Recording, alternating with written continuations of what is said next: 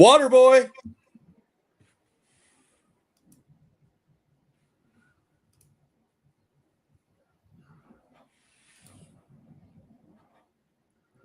What are we doing over there?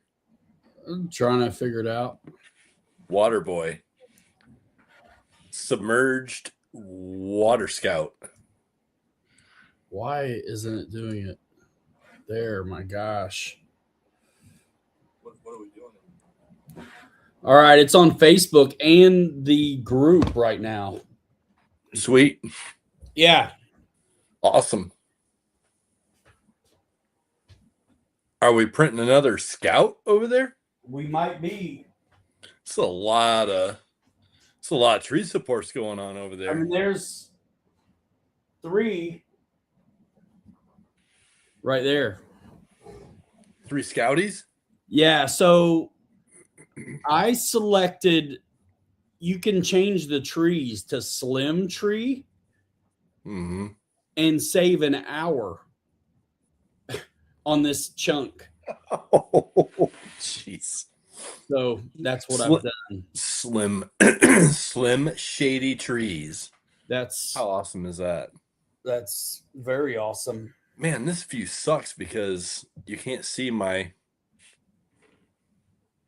new scout. Let's switch. I can't do that. You know I can't do that. Look, it's oatmeal cream pie. I like it. And it's even got ruffled feathers on the top. Yeah, man. Need to call these here. Let me get my white one.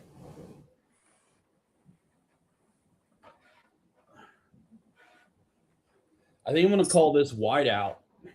Whiteout? Yeah. That's it. Another prototype. So is that prototype number 2? It's the one you made that's short in the front. Prototype number 2, right? Yeah. This is prototype number 3. My red one, I guess, would be number 1. Yep, it is. Absolutely. But yeah, man, I'm digging it. The patina's worked out pretty good. The roof warped a little bit, but that's okay. It's ASA. It's separate. I can fix it. Oh, the good old ASA. Burning through the ASA, man. PSA on ASA. Don't use ASA. And wishing we were using the PLA. So yeah, that's this one's coming along. This one now is on the chassis that the red one ran on the first time. So brushed, whatever. And then I finally got the parts I needed to get going on the that one rando chassis I had. I had that one that had most of the links on it already. I just needed to add. Oh, was that the one that you bought from Chop Shop? Yeah. So I'm putting that one together last night, and I realize it's kind of jacked up. Like the links are weird, and it's because the Panhard was in a different spot. It's because it was a Portal base camp originally. And so I ordered up new links. Right on. You know, that kit that you put together for me last week? Yeah. I went ahead and put the shocks together because I thought I had another set of shocks and they weren't the right length. So I put the shocks together the other morning at 5:30, and I got to see, surge clips flying all over the house and just having a great time at 5:30 in the morning, right? Yeah. And I finally got everything put together, and then, it was like that evening I started looking at the chassis again, and I'm like, it's like, why is this thing sitting so angled? And then come to find out, I wound up having to take the panhard apart and had to adjust that to get the whole thing was kind of like out of square. When I did that, then I was able to clear the shock from the panhard mount at the axle. It was really odd, but geometry does weird things, right? So I did that, and then I wound up adjusting the links on the front and rear a little bit, which is cool. You know, I mean, you put it together, it's to be expected. I It's did a it kit, you by know? the book. The Right. links were by the book. It was by the book, and then after that, yeah, you You know, you I don't tweak know it. if I built any of these where I didn't have to screw with the fine tuning the links. Yeah, I actually I did a little bit. It was pretty comical, but you know, it's not my first one, you know. So I that I think the built. goal is to not have to, which is why I did it by the book to establish a bit of a baseline. Well, and it's like I had to put some preload in my shocks on this one on oatmeal cream pie, Little Debbie. And when I put that preload in there, obviously, what does it do with the 3 link on the front? You know what I'm saying? So that's why partly why I had to adjust the panhard. And then what I did was actually, you know what? I take that back. I adjusted the panhard because of that. What I had to do to get the shock not to hit that panhard mount on the axle, I adjusted the bottom links out a little bit, but I didn't do the top one. So I adjusted the top one the same, and then everything was all back fine. Yeah. You know, so it's I tweak haven't this and any tweak trouble that. with the panhard business on these. Yeah, I had to move mine a little bit. Huh. That's weird. Where'd you put the shocks at? In the same location you're at. After I asked you about it. It's in the book. So you know, everything that I did made it, you know, correct. So I'm ready to take this thing out and get it soaking wet like what you did with Little Red Guy. Did you see my video just dropped a little while ago? I didn't have time, man. I mean, I just got off. Gotcha.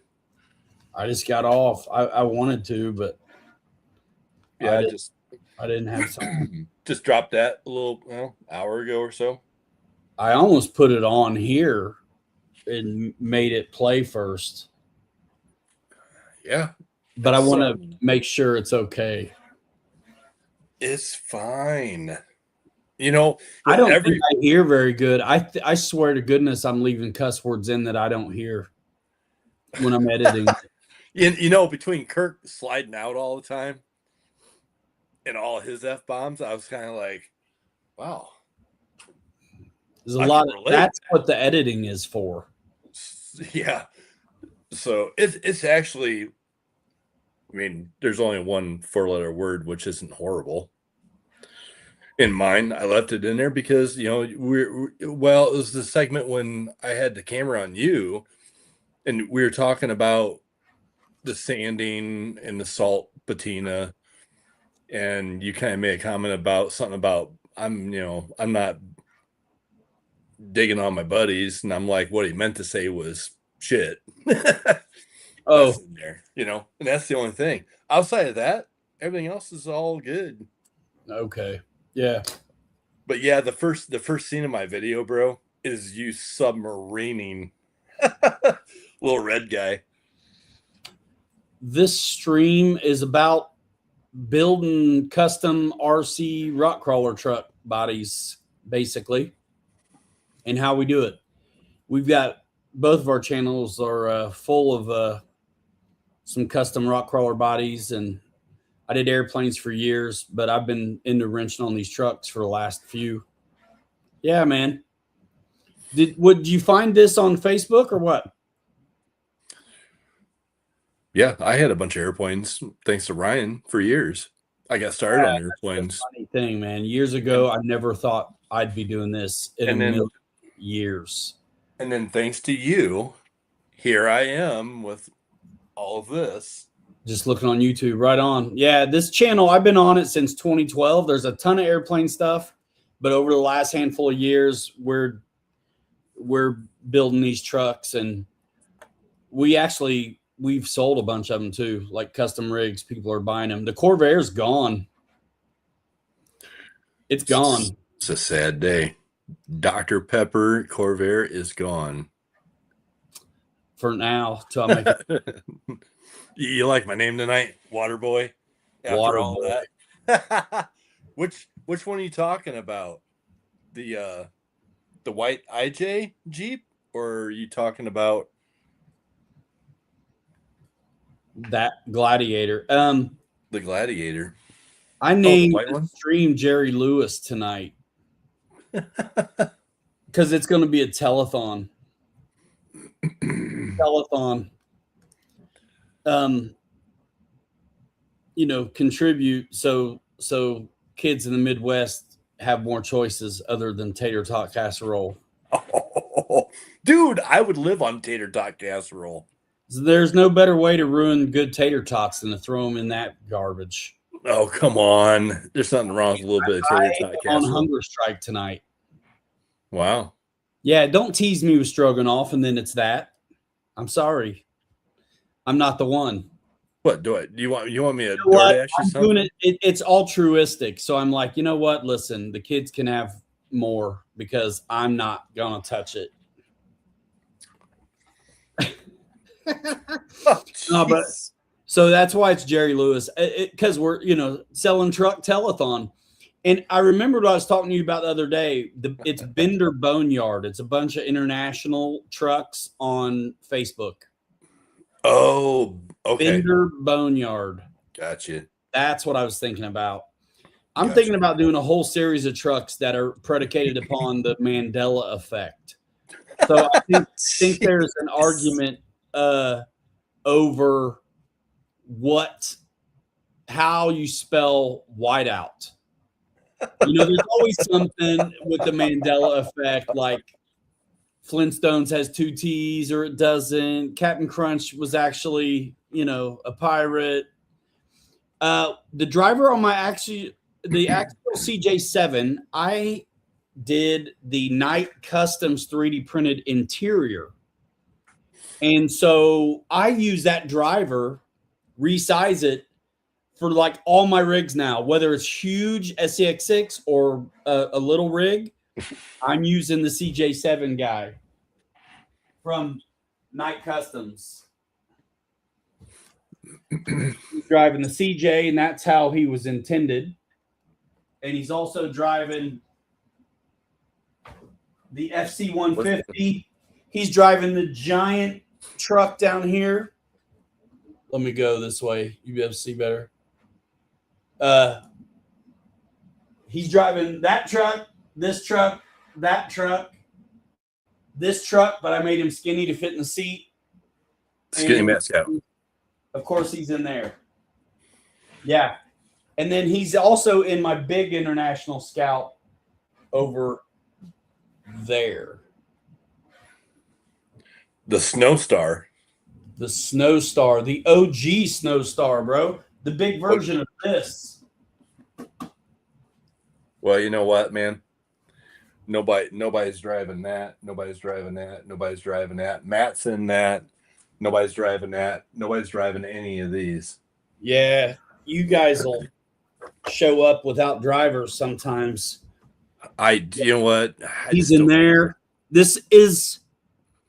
I hate the idea of letting this one go, but it's nice, man. It drove really good too, bro. Hobby Wing, it's got that reef servo. It had no problem. It's got the perfectly sized tires and the Trail heavy rims, bruh. Hey guys, go watch my video I just dropped down like an hour ago on YouTube. You want to see it's the red submarine. That thing you had that thing submarined. I don't know how many times. And the best part is, fine. Kirk asked you when your lights started flickering, and you're like, "Well, either electronics went or my battery's dead," and it was the battery. It was the battery. And I But know you- what happened to my marker light. One of the wires, I got to solder it back. But you don't, water bro. didn't hurt me. You don't have your receiver in a box, so it was out in the open, bro. I cannot believe how these electronics handle that water. You had that thing like up to the roof multiple times. Oh, dude was Matt was like, he had a straw out of his mouth trying to like, stay I'm alive. curious to see your video because you had different Dude, we didn't share any footage this time. So I Yeah. only had what I had and you had what you had.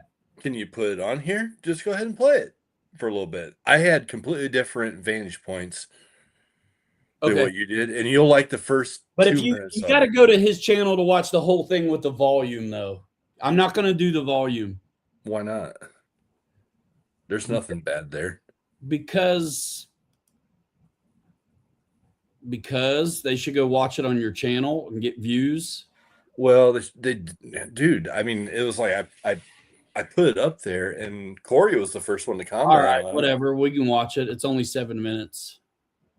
Yeah, put it out there, man. That video really shows your truck buried in the water so good. All right, let me work it out. It's amazing what these electronics do these days. Even Corey was like, I've been really skeptical about putting these things in the water, and you guys take it to the whole new level. I'm like, Not why me, not? boy. Let's go. Let's try this stuff out. That's what we're here for. Beat it, crash it, burn it to the ground. Let's see if it works.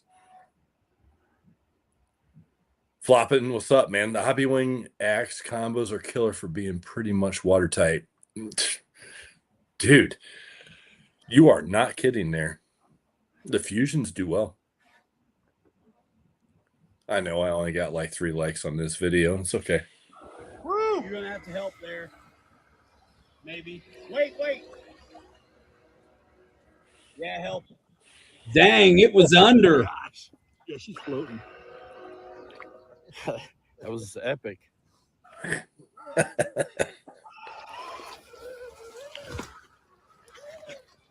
You got to put a link in your description to the Shopify. I did, but it's probably not the right one. Why can somebody get one? How's it not the right one? Oh, a Scout like this? Yeah. We're making them. It's for sale. I'm gonna just keep making them. I like them, so I'm gonna always have one. I like making them. I like painting them. And So if you like something like this, check out the link in the description to the Shopify RC3D Fab Factory. That's it. Yeah. We got a lot there going on, in which they mount to the 10.3 chassis. And that's any 10.3 chassis. That's the new builder's kit, which has the same front and rear cross members as This video Coyote sucks. does.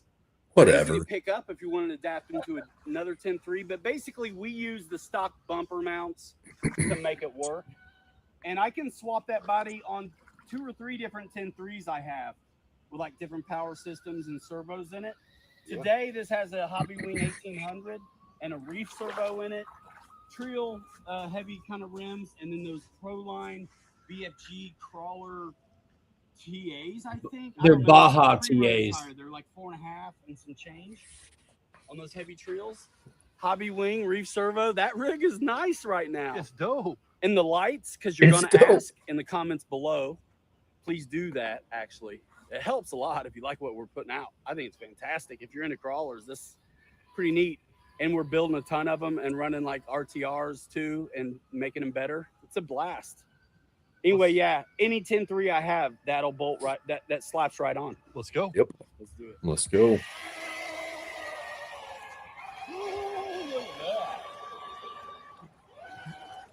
There's the yellow submarine.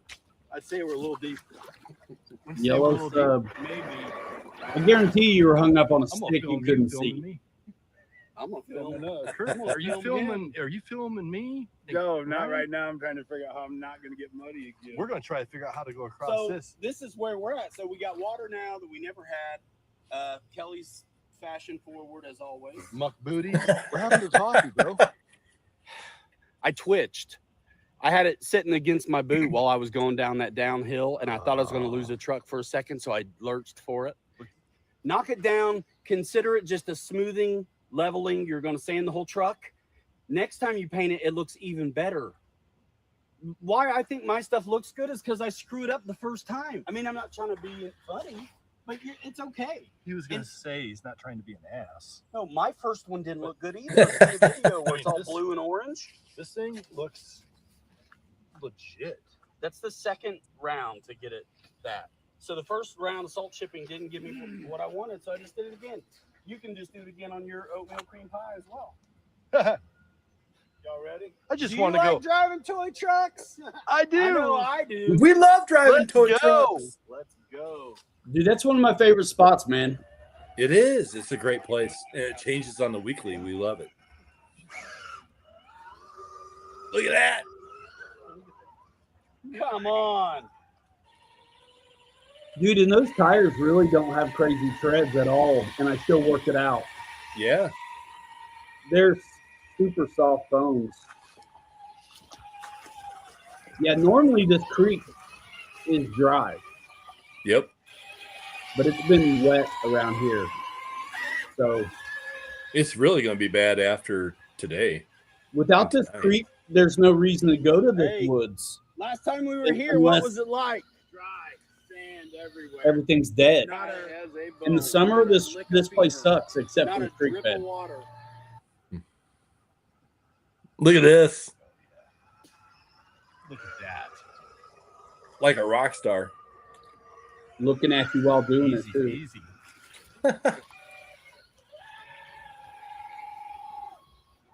Dylan, what up, man? Dylan. Mosquitoes.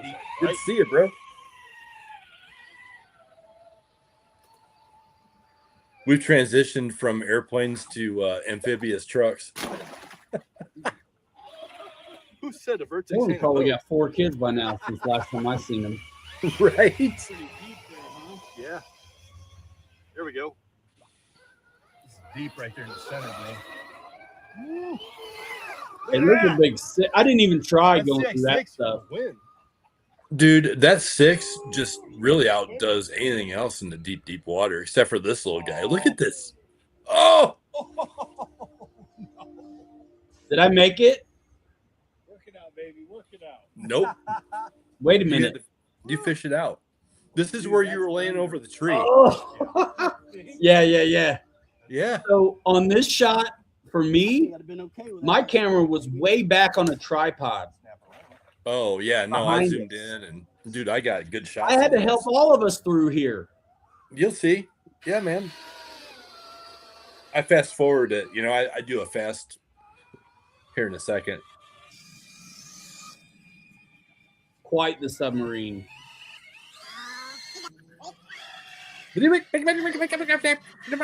This is where the Not only customs were start. we out hiking in the woods all day, but we had 10 scale free runners strapped to our back.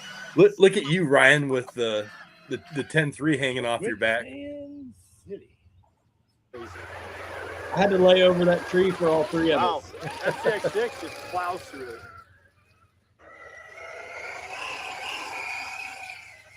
What do you think, guys? What about? All of this. Oh, I think it's fantastic. to Get out in the woods and Is beat yourself up. the terrain has changed again. Every time it rains, it changes. Yeah. This cut through, this wash off that goes into the woods, when this creek gets too full. Yep. Man, Flows what a into- cool low spot. Because we take this. No one That does thing it. was so high. Cut right Jeez. through. All churned up, man. I mean, a lot of times it's clear. And in the middle of the Most woods, time you it know, is the clear. sand Yeah. business that you have at the beach. Like it's a cool runoff. And Ryan and I both are carrying our Like idiots. 10-3 pre-runners, thinking that there was going to be some sand to play in. You know, I thought you were crazy when you mentioned it. I won't lie, but I'm like, I like crazy. So let me. I get like crazy. That's it. I like crazy. All right. It's not great, but it's not horrible. It's fine. Except I'm glitching. Yeah. There you go. Now you're back. Nope. No. Holy cow, that's quite the submarine. It is, Dylan. It's crazy. We could have used some some E-Flight floats on those cars the other day for sure. So Dylan says no kids yet, just a golden retriever. Golden retriever. That's good practice. Best kind of kid you can have right there. I got one of those.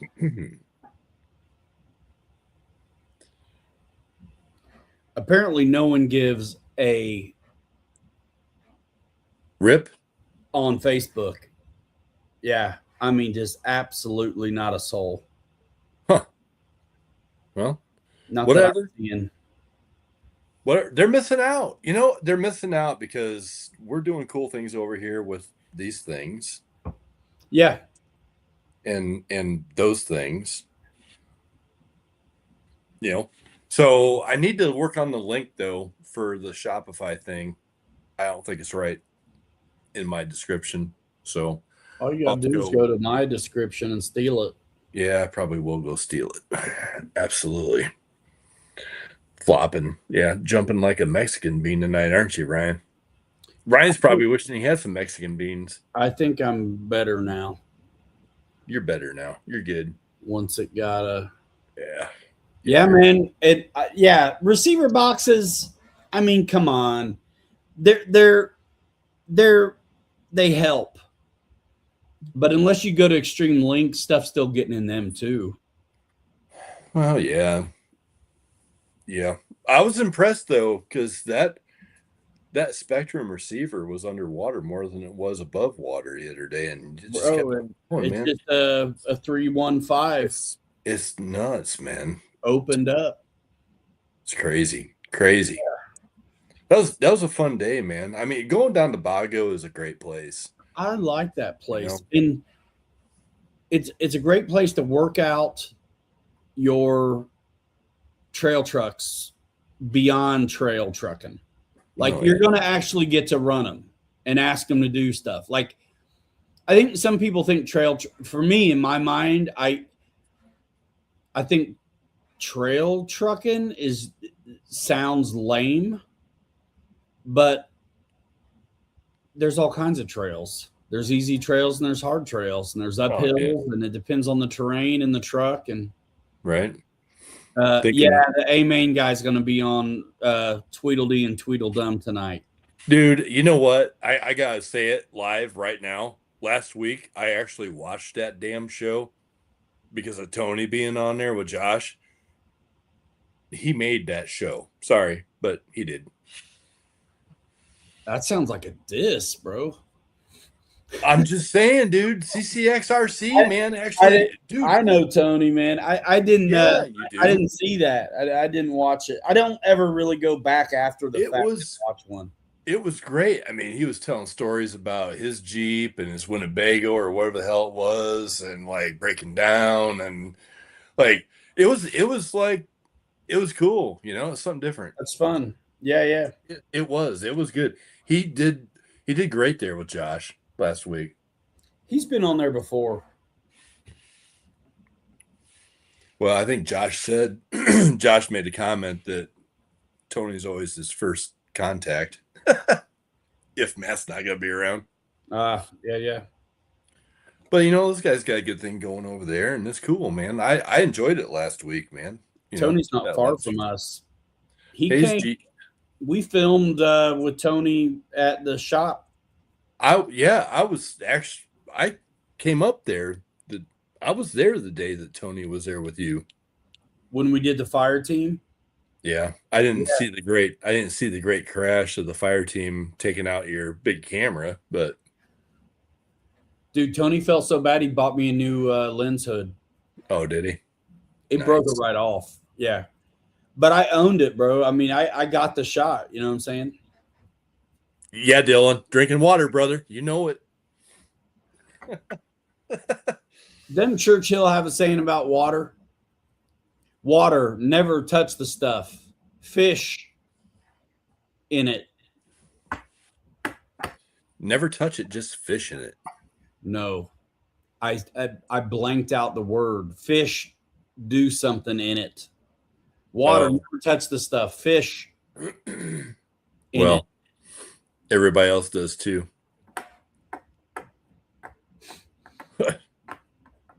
So yeah. So there's this one here. I did this morning early. This thing was in pieces this morning early, and I was like, you know what? I'm just gonna slap it together. Well, put some paint on it real quick before I went to work this morning. So this one it's got the heirloom white underneath it, and then the vintage teal.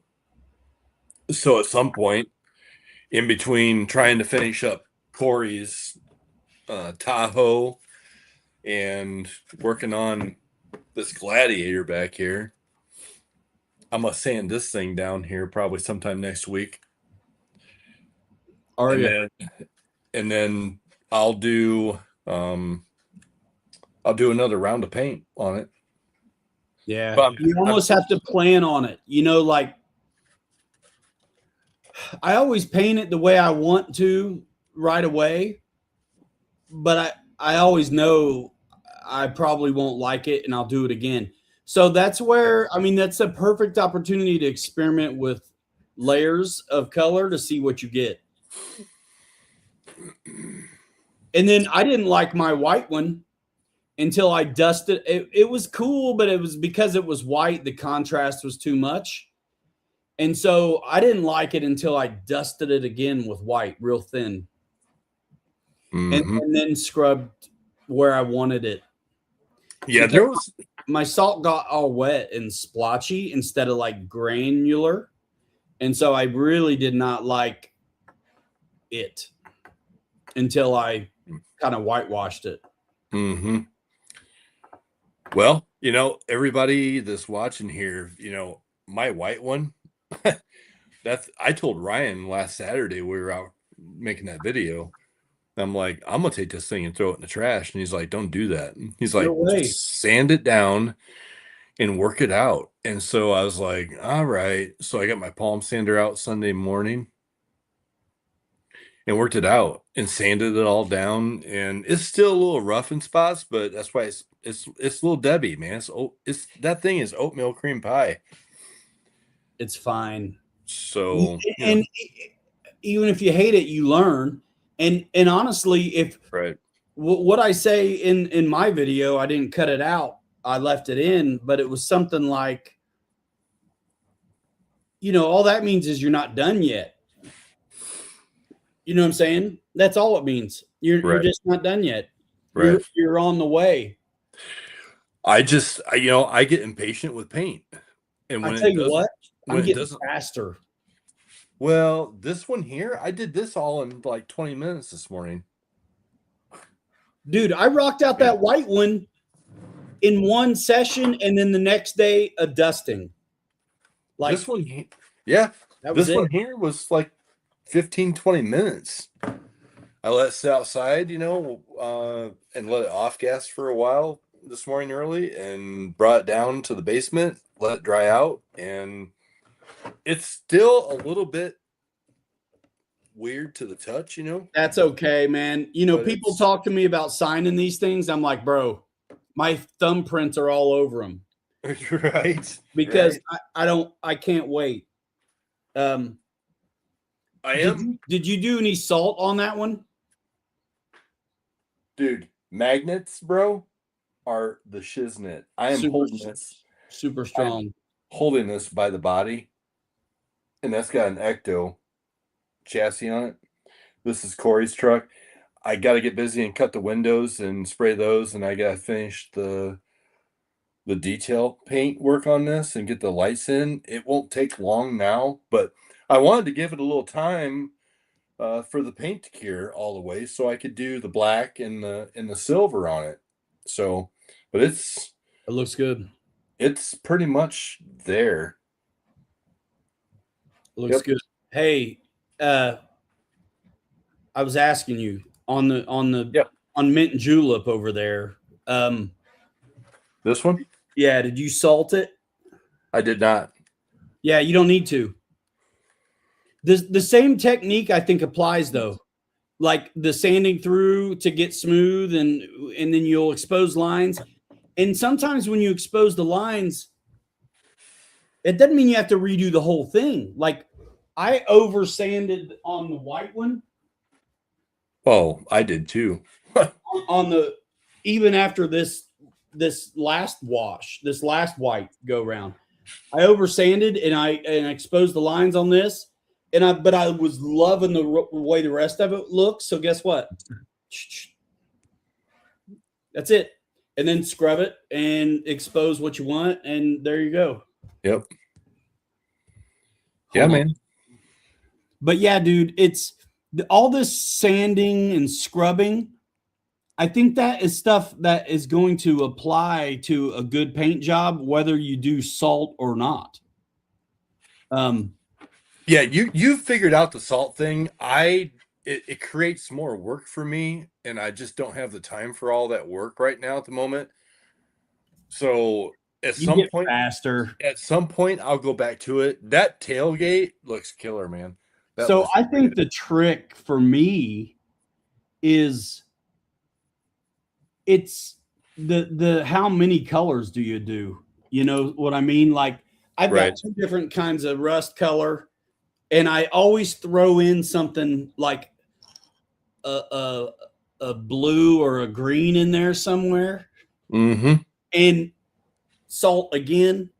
So I mean, all this stuff, whether you do the salt or not, it's going to you can present that stuff when by the way you scrub, right? So And that's where I'm at with mine, and I'm gonna leave it where it's at.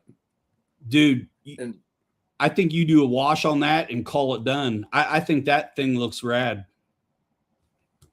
leave it where it's at. But you can see this right here, this dimpling. Yeah. I'm probably gonna fill that with Bondo and just do a light sand on that and leave it the way Yeah. it is. Totally. You know? But it's not bad, for what it is. No, and the more you do it, the better you get, man. Like I've done a few of these salt ones now, and that side's awesome. I've done a few of the salt ones now, and man, I'm fast. I'm way faster than I was. Yeah. Yeah. And you will get faster at it. I get faster at it, Yeah. What I love about this, guys, move my little pedestal out of the way. Hang on. Gotta come up. Look at this. Hang on. Nice. You blocked it. There we go. Check it before you wreck it, kids. Is that a production version, or is that still a? Boom. Is that production, or is it still That different? the white one's my test rig. Okay. This one, however, now it probably won't want to go on for me. You know what I'm saying? Because it always happens. So it's camera shy.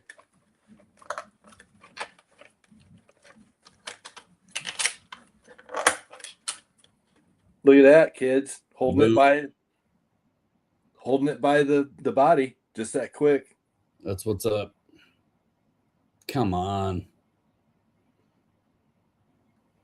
That's what's up. Boom.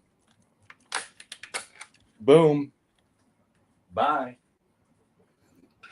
How's that set with the rock rails? Is the body hang down some? With which one? Either one? The production. Should just be fine.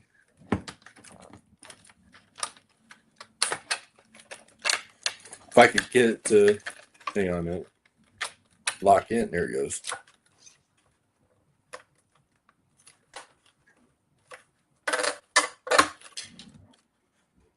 You don't see any rock rails? Yeah. What I'm asking is how far is the body Sit down above it? past them? Probably 3/8 of an inch. So, man, if we bring that up some, the back end business will be easier to do. instead of having to come in flat, you'd be able to, Right. you know what I'm saying? Yeah. Yep. Compensate. Well, my red one, I can kick that some. I mean, it's boom. But on this white one, I have to go in real shallow like you are. And it's Well, fine. That's fine. But if it needs to come up anyway, that's two birds with one stone. right. Yep.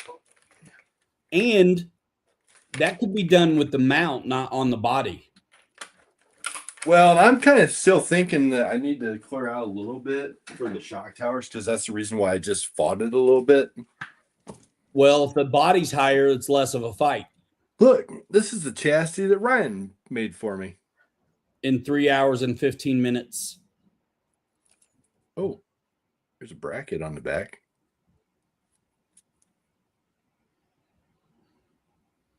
Yes, sir. There it is. Guys, I mean, And then unless you've done a 3D printed body, you don't know how slick this mount system is, because you can make the best looking body, but then how do you mount it on is Boom. always the challenge. And we've got it figured out, dude. there it is. The other one's back on. Yeah. Well, dude, that's what I mean, I'm just swapping that red one on whatever chassis I want at this point. So now what I'm up to is lowering my desk back down. What I'm up to now is working on the 110 scale Blazer. That's right. And the Blazer body will fit on the chassis just like what these Scouts do. There it is. And we're just going to keep on going. This stuff is rad, man. So if you got Really 10.3, if you got 10.3, she'll fit. And it needs to be the new 10.3 or the Coyote 10.3. And it's about the cross members we use to put our mounts in. So even if you had, and I think the CJ7 rails I need to test it out to see if I can throw that mount in on the CJ7. Oh, yeah. Because I think maybe the chassis rail dimensions are a little different. But If that's basically our thing is like a bumper. It goes in like a bumper would, where it's got the pins in the back. fits right in. But the cross member has to be flush with the chassis rails. Like I tried it on the base camp. It's got the cross member and it fits, but it sticks it out farther. It doesn't jive. Mm-hmm. So these right now drop right on a Coyote. They drop right on a new 10.3 builders kit. Anything that's got the new mounts for the front bumper and rear bumper. So to answer Don, you would have to have the upgraded cross member, the bumper mounts, the cross member bits up front and rear for your 10.2. And this system will fit right on there. I'll show you. Because the 10.2 I got upstairs, yeah, it's not so this cross member on the new 10.3s in the front, it's really narrow, and there's the holes for the bumper, and then his bracket clicks in right behind this. Mm-hmm. That's in the body. It's part of the hood already, and then all you have to do is take off the back bumper and put in one of our mounts. Yep. And I'm on a prototype now too, so I've got this is designed to go all the way in and then screw, but I'm on another prototype body that I won't let go to waste. So did you print the new one I sent you? That's it. The production part? That should be it. Yeah, I was gonna say you need to push it all away and put the screws in, the grub screws. No, not on this one.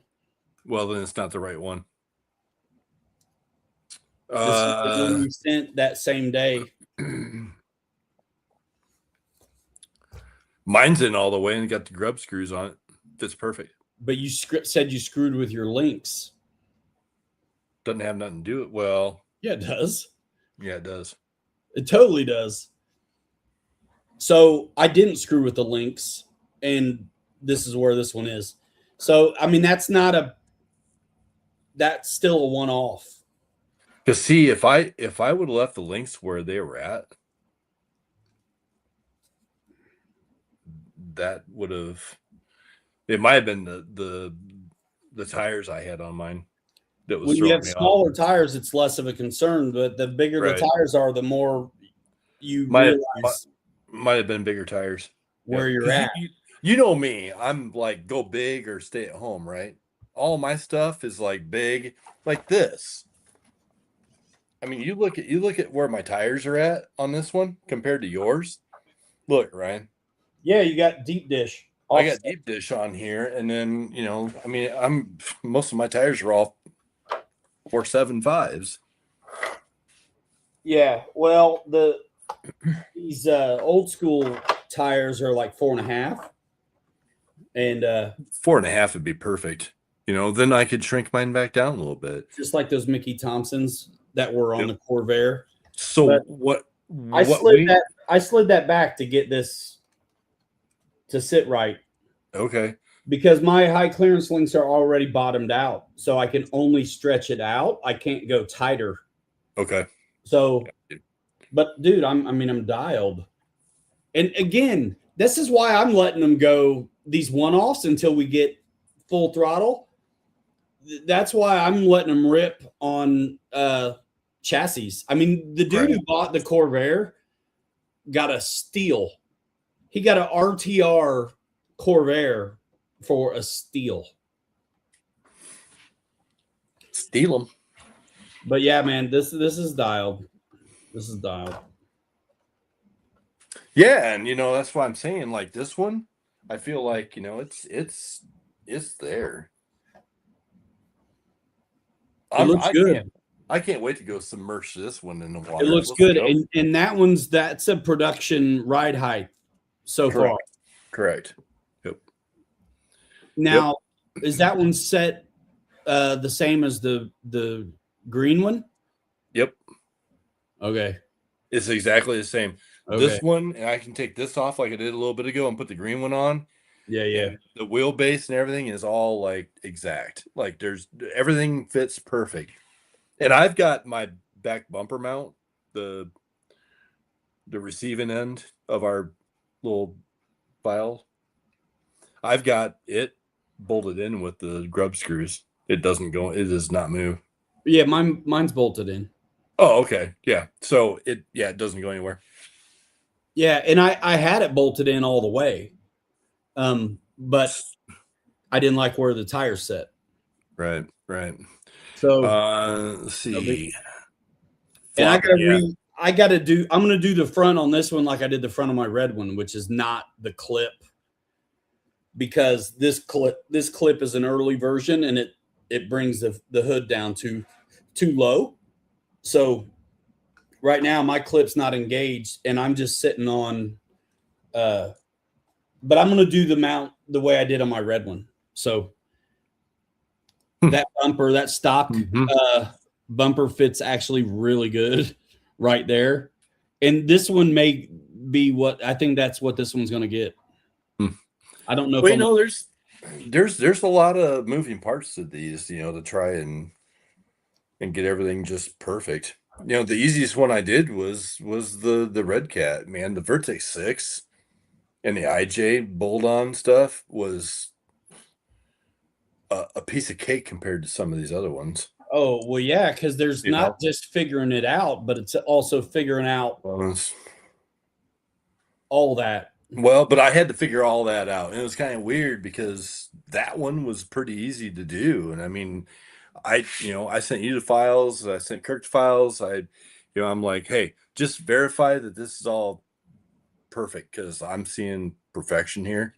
So yeah, that's why I put those up on Umagine. And it's like I got two bodies, two IJs. The yellow one that was just in that video, because that was my Vertex 6. That was the first body, the first IJ body I did with my conversion bolt-on files. And it's a little different. I mean, it's wider. It's the same size as what the SCX6 is. 163 long by 183 wide and 183 tall. And then Ryan was like, do one at 163 and put it on the Vertex. And I did that. And that's the blue one that I run on the Vertex. And I love that blue body on that Vertex. If you guys, for all 25,000 of you watching right now, if you don't have a Vertex 6, I'm telling you should invest and buy one. I love my SCX 6s, but that Vertex 6 is amazing. It's pretty rad, dude. To answer you, Don, the wheels, they came from Amazon. They're Enjoras. Yep.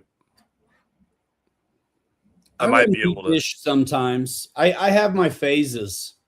Yeah, I get it.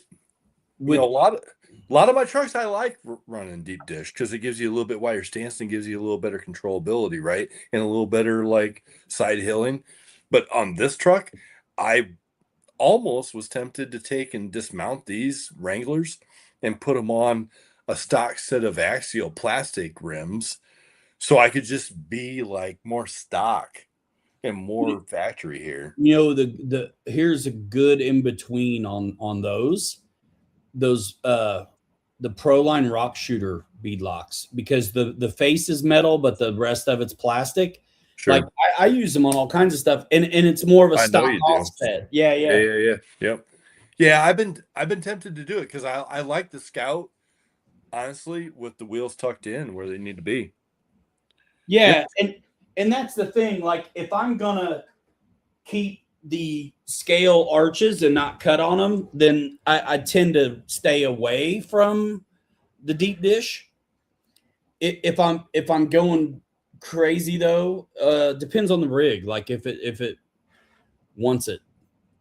Like if the arches are cut a bunch, or the ride height they'll support it, the deep dish are fine. But with these scale, what's nice about the Scout is you can get there without having to chomp up on the body. Exactly. Yep. And the same thing with the big ones we did. Like Yep. I've got that thing sitting right on the stock honcho rock rails and it's dialed. And you do have a little bit of messing around you can do with where the shocks are on the stock stuff and the preload. So there's always something. Yep. You can fine tune it. Once we get through, like I'm working out stuff for the Blazer, like, I kind of feel like the Scout right now is about done. We're tweaking a couple little things here and there, but it's pretty much done. And so the base foundation is laid because the Scout was a perfect one to start with our system of quick release on and off. And the goal is to, have 5 or 6 different bodies at least that you can just pop off one body and slide another one on and click it and you're done and go have fun. And that's the goal with what we're doing. But at some point, I really would like to work on this type of quick release system for the SCX6. That's kind of where my head's at, and that's where I'm going at some point. I won't do one again the way I've been doing it. Probably. Right. You know what I'm saying? Right. Like, yeah. Not now. I'm gonna go back and do the Willie's wagon, bro. I'm gonna do our thing to it. That guy right there, man. I'll have to do some floor messing around and whatever, but it's fine because that was one of my first rigs. I never should have took it off the chassis because now, dude, when we say one off, the one offs now are way different than the one offs then. Yep. I mean, that one had a wooden dowel in it with a magnet screwed to the top for the hood on the front. Like, I'm not doing that on next one. But that's where we've, where we started and where we come from and what we've learned and where we're at now. Yeah. So it's like, let's get smart about this. Let's work things out in CAD and let's actually create a system that works for multiple different platforms. That's it. Yeah, man. Dude, I'll tell you what, those tires, I have been tempted to take these tires back off and put my set of Jimny tires back on this one. I'm about to take these apart to paint them white. That's what you said, because I was just like, I'm gonna take those apart and paint mine teal. That'd be sick. Or red, dude. Like, yeah, but you then have so many they're of these Jimny tires, man. Why not? but then then they're specific, and it's like, forget it. So I got a set of white wall Jimny's upstairs, Jimny tires. did you white wall a set? Mm-hmm. Oh, cool. For what was it? It was a bug. Was it a bug body I did? It was No, like it was a Willie's wagon you did, wasn't it?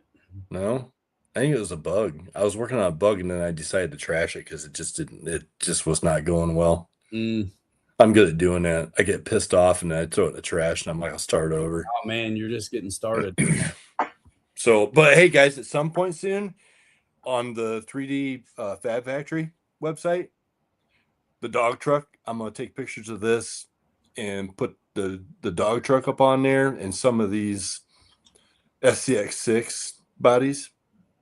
Obviously not the IJ, but I respect Charles and what he's done with the IJ. The IJ bodies, I would gift it to somebody and give it away, but I'm not selling those.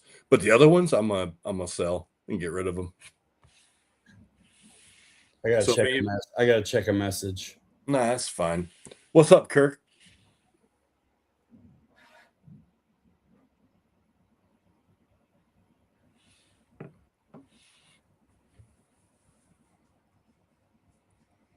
So if anybody's interested in buying the dog truck or the Scout or the Blazer body I've got for the 6, hit me up, because they're going to be going up on that website pretty soon for sale.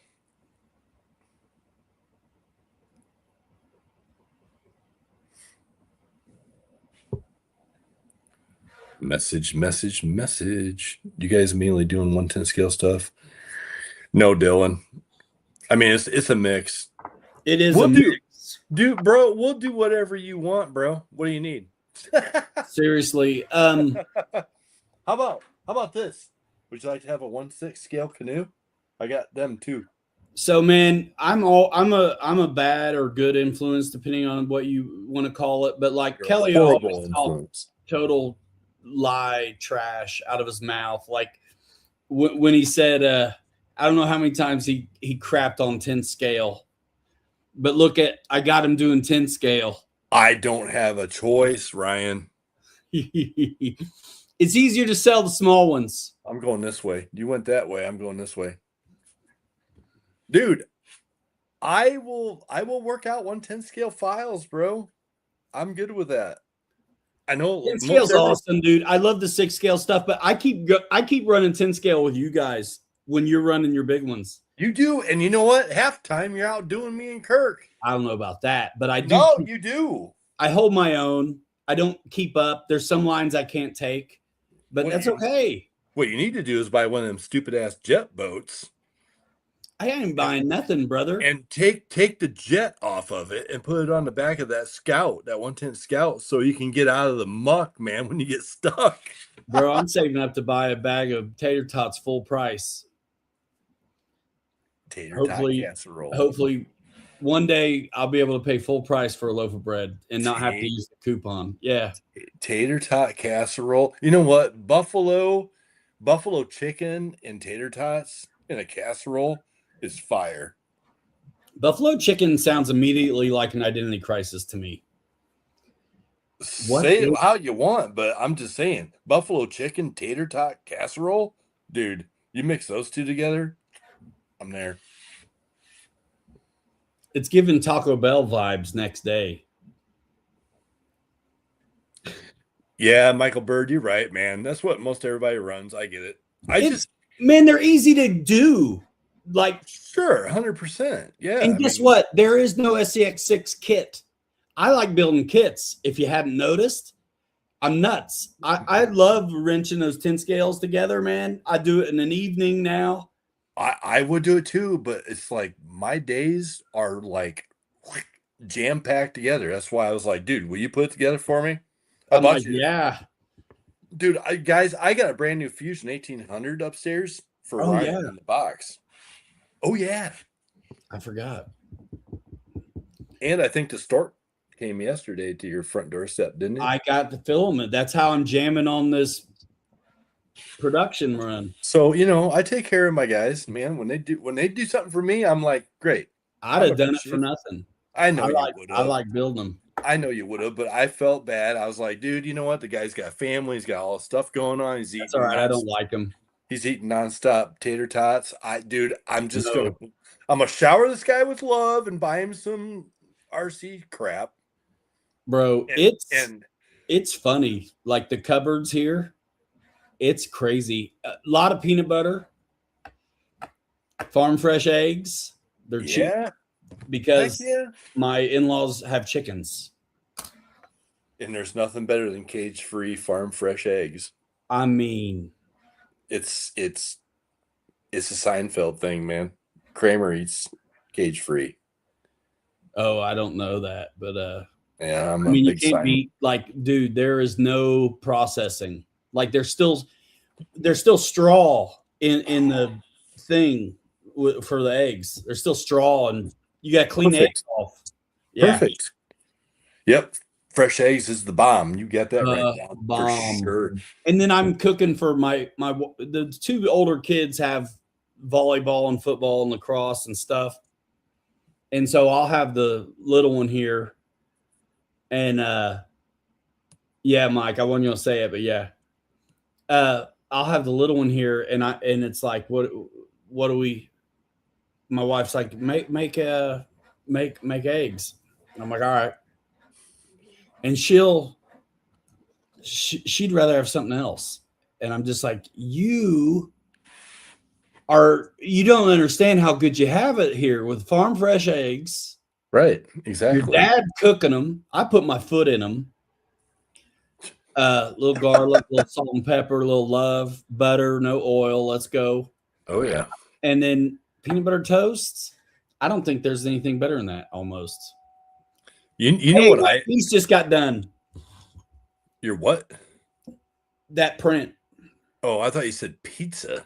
I'm like, where'd you pull that out of the cupboard I wish. at? Nice. What's up, Terry? Yeah. Bro, you know what I really enjoy? A good burger with an egg with an egg on it. Have you ever had a Yeah. good burger with an over easy egg on it, so when you bite into it, the yolk goes everywhere? I don't like runny eggs. Oh, dude, it's so good. Dude, I'll be back in like 1-2 minutes. Literally. Beebs and Ash, I think, does a burger like that with eggs on it. Yeah, this is Skinny Trees.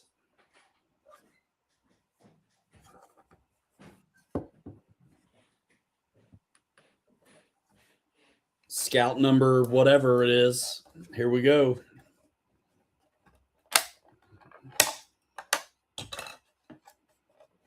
I probably need to play with the Z axis for the supports. We'll see. They break off a little better if you wait. Most of the time. Omelets, I'm okay with them. I think it's real easy to overdo the cheese. But I can't hardly do if I don't have peanut butter toast, forget it. I can't do it. I can't really eat them. I'd rather not. I mean, I can. I'll figure it out. But yeah, man. Yeah, I think it's easy to mess it up with too much cheese.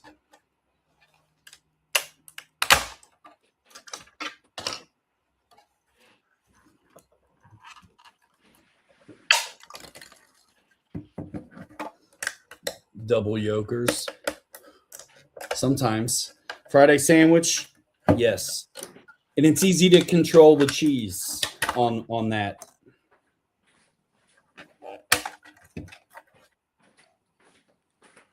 We managed to figure out how to talk about food all the time.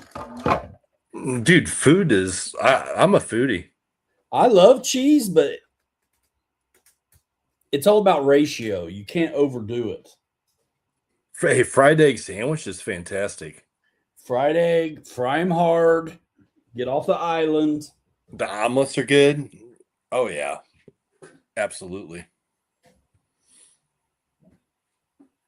I think ham is overrated. I think there's a couple ways you can really screw something up. Too much ham, too much cheese. I like cheese, but too much, forget about it. What's up, Corey?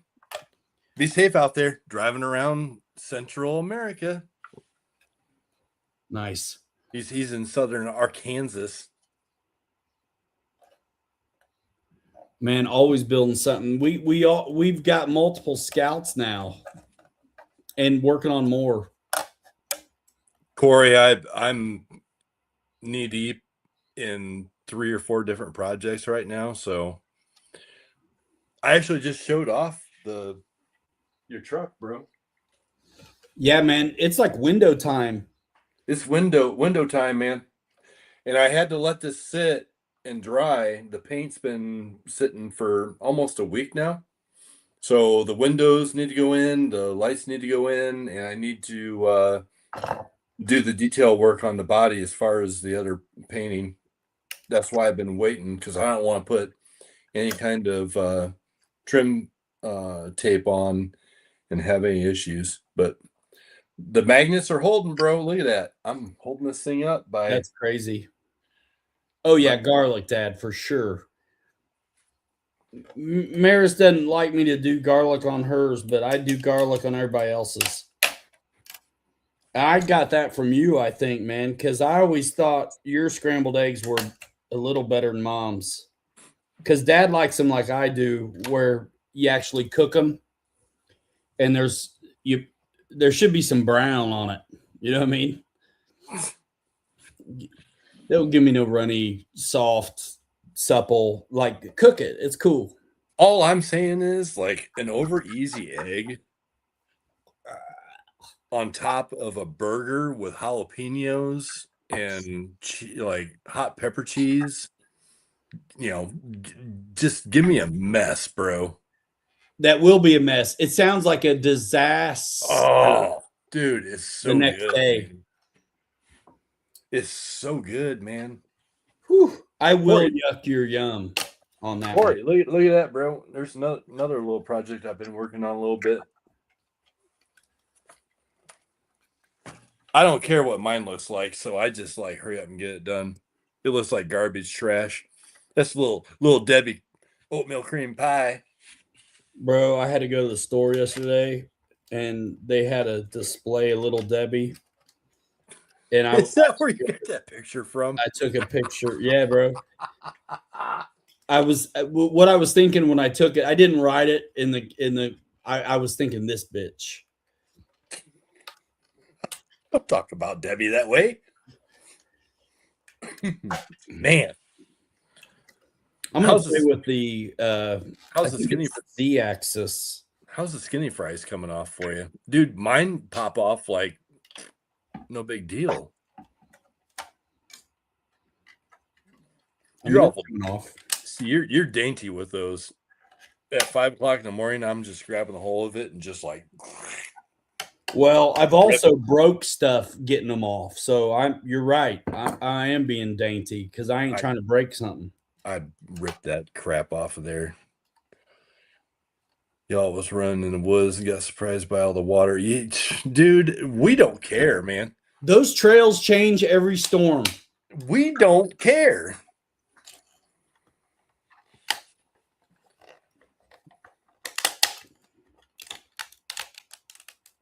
Keith, what up? What's up, man? Yeah. And I'm sure you guys, all 28,000 of you now, probably saw Ryan splash him and me with my SBR, my Losi SBR, 2 weeks ago. I'm like, what the hell? Are you kidding me? I mean, for the gram, dude. For the shots. Corey, when you come over to hook up with this Tahoe and whatever else you want from me with some of these, I think you're interested in a couple other of these. Dude, he should have run with us items. out there in the woods. That's what I'm getting ready to say is like he needs to come with us and we'll go to Bago and just rip it in the creek. If you don't want to take one of your trucks down in there, bro, you can drive one of mine, man. One of ours. Sub it, man. I don't care. Yep, for real. Dude, put it in to the point where it's underneath the water. We don't care. Just keep the throttle going. It'll come out. Well, the other day I got upside down in the water and it was running off with it. Remember? Yeah, Where- with your Origin Classic. Yeah, I think it was. Yeah, the creek was going to take it away. Yeah. That was a couple weeks ago. Yep. That video's doing okay. Oh, yeah. They'll live another day. Speaking of Corey- Origin Classic, that's who messaged me a minute ago. Oh, really? Nice. Nice. Corey, if you want me to, man, we'll take your Tahoe down there and run it through the water. I ain't scared. That'll be the next video. You and Kirk and I taking Corey's Tahoe down through the creek bed. Trail tested, mother Right. approved. That's right. Yeah, it might smell a little swampy, man, when you get it, but dude, it'll run. Dude, I test drove that last week. The Tahoe? Yeah. And I forgot how peppy that thing is because it's got that big Spectrum system in it. Was that the Ecto? What chassis is under there? That's the Ecto with the IFS2 system on it. Okay. And yeah, I took it out and drove it a little bit and I'm like, man, this thing's like peppy. Like I'm so used to driving the crawlers again. It's got that hopped up Spectrum system in it, and I'm like, oh man, this thing's got some juice.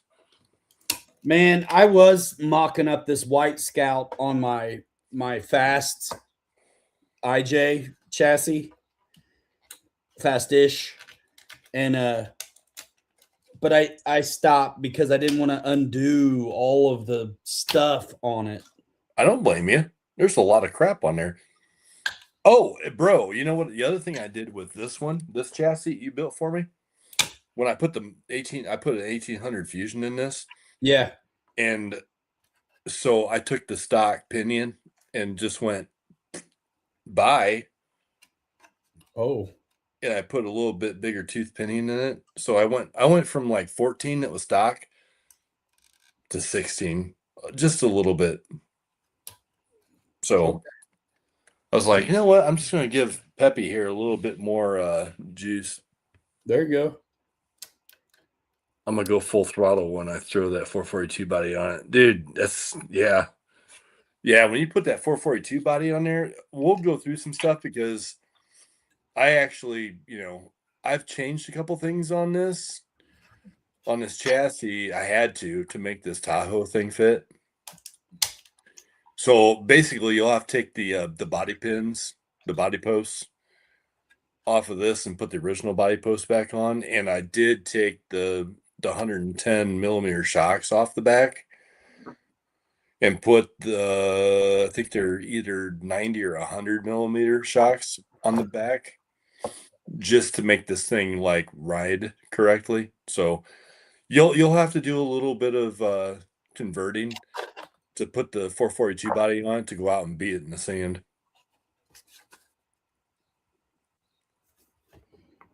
There's the magic right there. Look at that. Clippity lippity. Do you recycle the waste from the print? That's something, Mike, that Ryan and I have really talked about that quite a bit. I know they make recyclers for this stuff, but as of right now, my stuff goes outside and gone. Until somebody influencers me a way to recycle it and turn it into filament, it's going out with the garbage. It's going out with the tater tot casserole. That's right. Right? I'll be hungry enough. I might actually eat it if there's any left.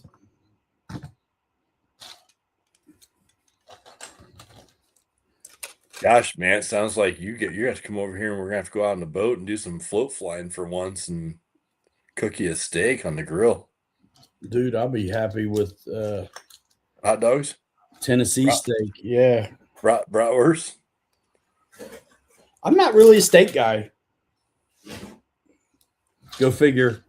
I like the parasites I get from eating salmon. Jesus. That's my favorite. Yeah. Don, this is what Corey's talking about. The 442 body.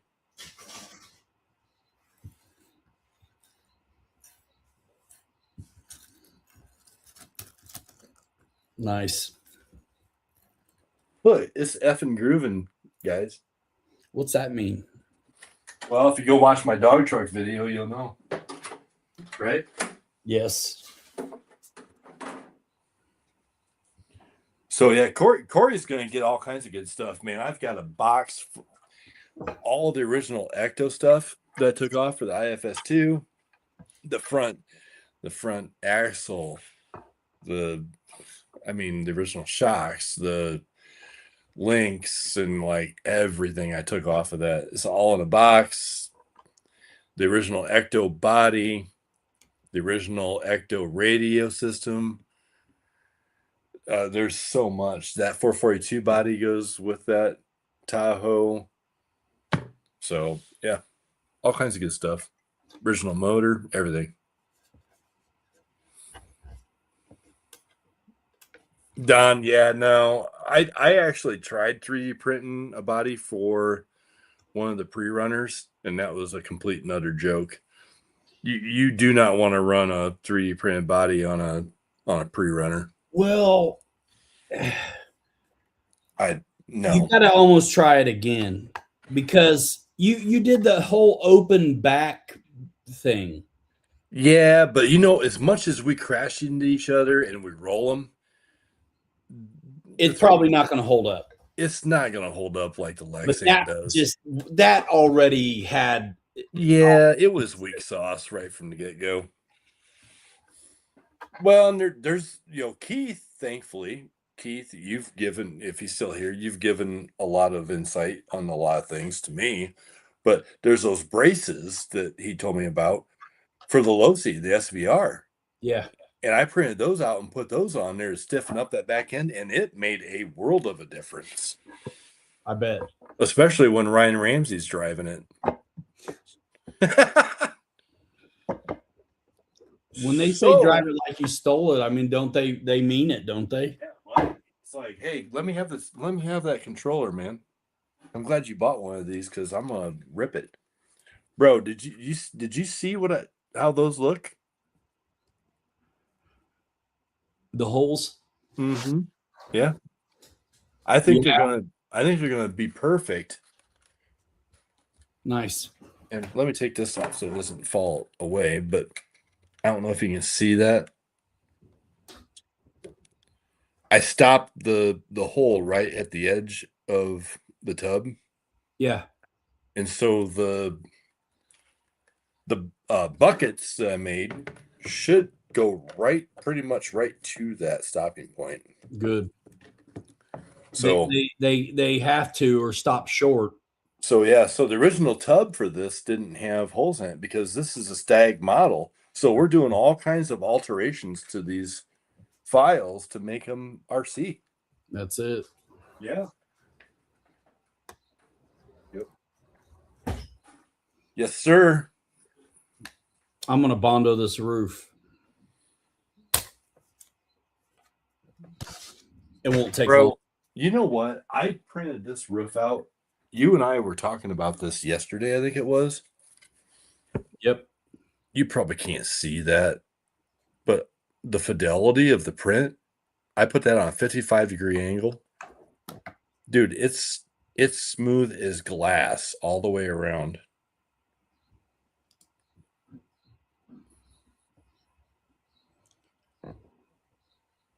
$55 degrees. I printed it like what this. about the edges where the raised seals? Hold are? up. You hang on. Let me change my camera.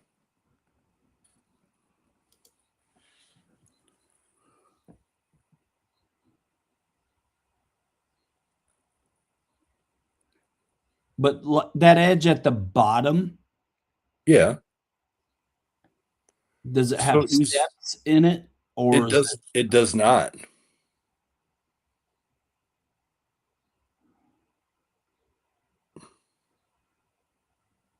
let's see the top.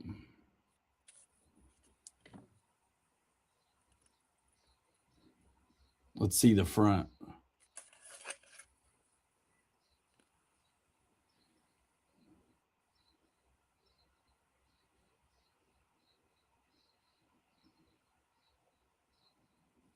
Your camera, I can't see very good.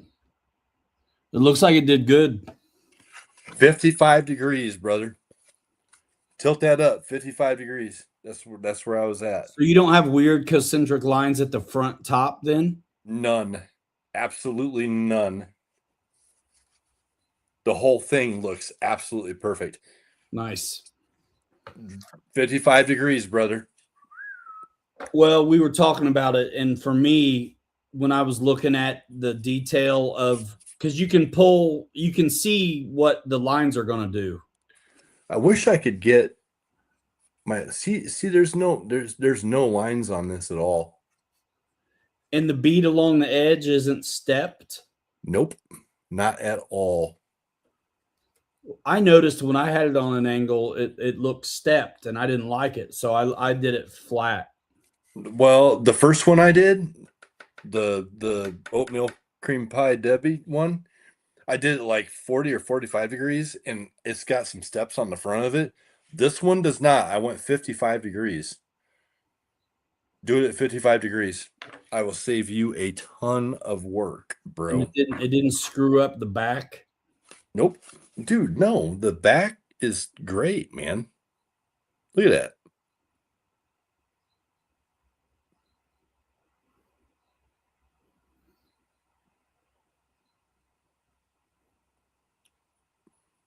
It looks good. The window seal looks a little weird. Well, I maybe a little bit, but I mean, the whole rest of it is perfect, as smooth as glass, man. And That's nice. there's nothing that I have to do to this, honestly. Nothing. And I know how you are, and I'm just telling you, 55 degrees, set it up 55 degrees and print it. I'll check that out. Print it, print it, print it. I played with it. I didn't like what I was seeing, but I think when it shows it to you in the preview, it exaggerates it because that looks pretty good. But Dude, like it's super the way smooth. I do it, all I have to do is finish the top, but Yeah. everything else is fine. But if Yeah, I don't have to finish the top, I'll set that some bitch at 55. Put it at 55, dude. That's where I printed it. That's I'm printing enough of these off. I don't mind trying that. As long as the print stork keeps coming, who cares, bro? I'm saying, it. Do I'll it, probably bro. burn through this ASA and try it again. But I'm gonna go ahead and do this right now. Since there's no paint on it, it's on actually let me spread it without fighting me. I always get where I get paint on it and I can't wait. Don, did you print the Chevrolet for the Blazer body? No, I did not. I actually had a custom sticker set made for mine.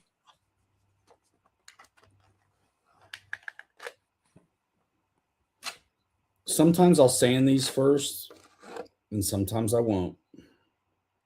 This time I won't. Oh man, his wife is gonna be mad doing that in the house. Yours. Dude, my sunroom is nobody's business. That's how Ryan keeps the door locked. My sunroom is, you don't get to tell me. Was it the angle that made it do that? Yes, Corey, for sure. You know, when you're printing stuff and you start tilting stuff like what Ryan said, and you slice it, it kind of gives you like a different color, and you can see where it's going to be rough at. And so, you know, when we're messing with stuff, Kelly set his up at 55 degrees, and he doesn't have any of this line crap that I have to deal with. bro, you know what I'm gonna do? I'm gonna take and do this, But bro. You really can't even see that. I'm trying to hold my flashlight on this, and it's whiting out. It's as smooth as can be. But yeah, different orientations give you a different. It's wherever you want to work out the nastiness. yes, Like for instance, the Scout body. I print this Scout out in 2 pieces, and if you look close, right above the bumper, see the print lines in the bumper, and above the bumper. yes. You know, it depends on where you want to work out problems and how you orient these things. It's a I would- trade-off. I would rather work out a little bit here than everywhere else. Well, the alternative is the way you orient that to print it makes sense for the material. It makes sense for the fidelity, literally everywhere else on the rig. Right. But printing them, I just printed that front section like this. And so, yeah, my lines are going to be on the front to deal with, but nowhere else. Right. I really wish the bumper wasn't there. Because working that stuff in the front, because if you don't printing the bumper off like this creates some of that bullshit we're talking about. Like look at the sides. But if you print the bumper like this, you won't have it. Comes out But fine. now that it's fused on here, if I print this piece like this, then the top won't be smooth. The whole top would be like this or like that. And so, yeah, you have to think about how you orient it. I would rather work a big flat space than little tiny stuff sometimes, especially on a roof. But 55 degrees, I'm going to try it. That's what I did. And I thought I'm going to take a chance on it. And there are no print lines on this that are bad, like what we're talking about. Yeah. Everything on it at 55 degrees is really, really smooth. I could put some hammered paint on this and be done. You like that stuff? I don't hate it. You know, I mean, on Little Debbie, look at it.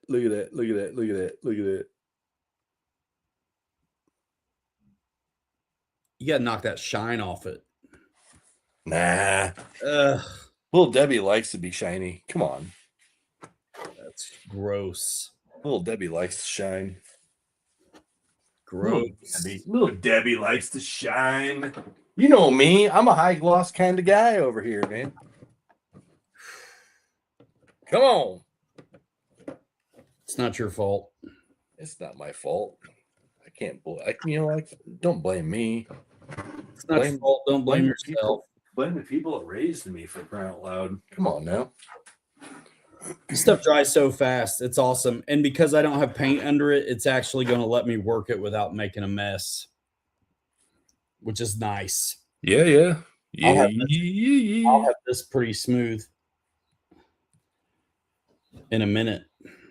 See, I'm with you, Corey. The shine looks good, man. It does. Although Ryan's got me kind of convinced that sometimes it's nice to throw a dirty patina on something like this. You know? Well, the one thing about shine is it shows everything. Well, and that's partly why it's taken me so long to work out a Tahoe. You know, because I'm trying to, you know. What's funny about me, I think, in my approach is that I do all this work to smooth them out just to rust them up. Like the stuff I dirty do them is up. what I would do to them if I wanted a shiny finish. Right. So one day I'm going to do a shiny finish just to show y'all.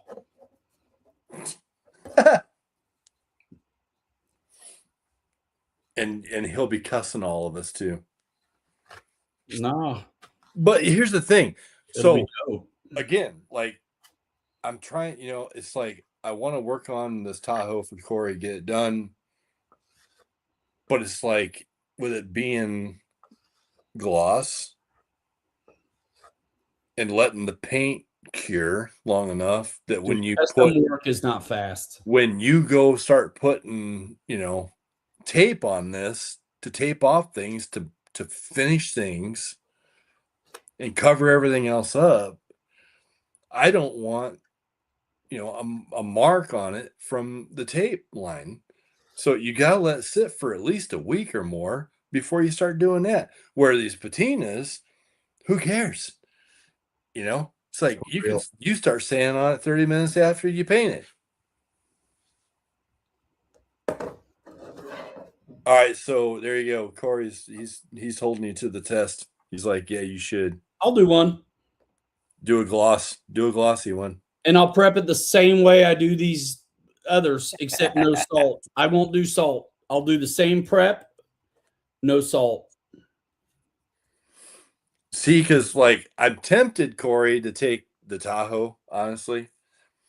And now since it's been sitting for a good week, and take and just do a real light wet sand on it all the way around. Yes.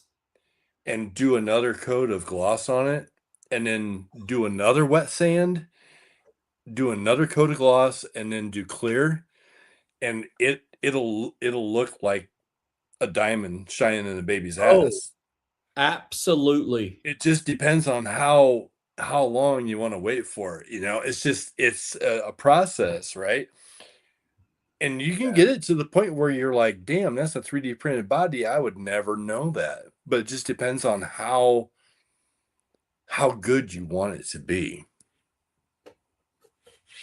So we can talk about that, Corey, offline. But I'm tempted to do a wet sand on it because wet sanding will bring 100%. The wet sand is like a polish. It'll take all the high points off. Bro. And it'll just smooth it out like no other. When I'm all done and I clear coat them, even though it's flat, matte stuff, I still do what you say. I still wet sand it or knock it down, scrub it, and it always looks better after you do. Right. Yeah. I mean, it just depends on, you know, how good of a finish you actually want on it. You get to a point where it's good enough. All right. So Corey said, go ahead and wet sand it. All right. I'll do that. Yeah, dude. Yeah, You're because the artist. You pick. I mean, yeah. If you wet sand it and let it sit for, you know, 3 or 4 days and let it dry out good, and then put another coat of gloss white on it. Well, it should already be dry if you wet sand it, right? And then once you clean it off, you can put some on, right? Like I will be honest with you, Ryan. I have never ever had any luck with wet sanding something, drying it off, and taking it outside and painting it. I have never. It will orange peel on you instantly. Do it dry then. But just use a super fine grit. I would rather wet sand it and let it sit for 3 or 4 days and let it dry out under a fan, and then do another coat of paint. Do it. Yeah, if you wet sand something, you gotta let it dry for a few days, because if you don't, it will orange peel, and then your whole process everything's gone to shit. Then it matters more on what you're doing than what I'm doing, but I don't wait at all. I don't like waiting either, but you know, when it's not mine and I'm trying to do a really nice job for Yeah, somebody. And, you know, it's like, it's a different finish, brother. I really want, you know, I No, really that's want it. to do it right. I wouldn't want to mess up. If I was going for a factory, I wouldn't want to screw it up. What I'm doing, I don't care. Like, I'm like, go ahead and fail. I'm trying to make it fail. I know, right? Well, that's Hey, what I got here. look at that. First session on that stuff looking good, bro. Look at that. Nice. Come on. Yeah, man. 55 degrees is the magic number on that. On what, the paint? No, 55 degrees angle. Oh, on the print. Yeah. Mm-hmm. Yep. I'll do it because Yeah, do it. I'm in scout production, so yeah. Yeah, do it. So probably when we get done with the show tonight, I'm actually going to start a 110 scale blazer with the anticipation that I can take the scout body off and put a blazer body on this chassis. That's what's up. And I'm going to print it in 2 pieces. And it'll be 2 glow joints right at the door line. And we'll know real quick if I got it right or not. Yeah, man. Yeah, man. There we go. There you go. Just leave it like that, Ryan. No. What filler? Bondo. It's a Bondo glazing and spot putty. It's all Yeah. it's pre-mixed already. Yep. Buy it on Amazon. That's I can't awesome. I came across it on a video. Some dude Stinks. making, I don't know, some kind of gypsy moth something. And he was lightly coating it with that Bondo paste. So I bought a tube of it and told Ryan about it. And I was like, dude, this stuff works. And it does. It works great for taking the print lines away. I mean, I've done this with drywall mud and stuff, but this is better because it's hard. It's automotive. The drywall mud breaks out. Yep. This stuff dries pretty hard. It takes paint well, and you can sand it, and you can wet sand it. If you're looking for structural hardness for something that, like I did it with the black bug truck on the front fenders, I actually went to the auto parts store and bought a 2-part, Bondo. That stuff solid. It gets more solid and stronger than what that does. That's good. That's good for fill and print lines. If you want solid, that JB Weld plastic bonder does it too. Well, yeah, but regular Bondo, like 2-part Bondo, I was impressed with the bug truck, how strong it was. This stuff here is just more of a, it's a cosmetic filler. You put paint on it, it's fine, but I think the gray actual auto body Bondo is stronger than what that is. What I've found. Yeah, this is a finish. This isn't like structural, but for these rigs, it's fine. Oh, for sure. Yeah, I would have never used that though on the gaps and the fills that I had to do for the bug truck on those front fenders. I had gloves on and had Bondo in my hand, like smearing it in and filling that. If I would have used that, it would have never worked. So that's where I would have used the JB plastic bonder. Yeah, for sure. I didn't realize Same. that then. It both will do the same job, right? That the bonder, I like it because it's an adhesive as much as it is.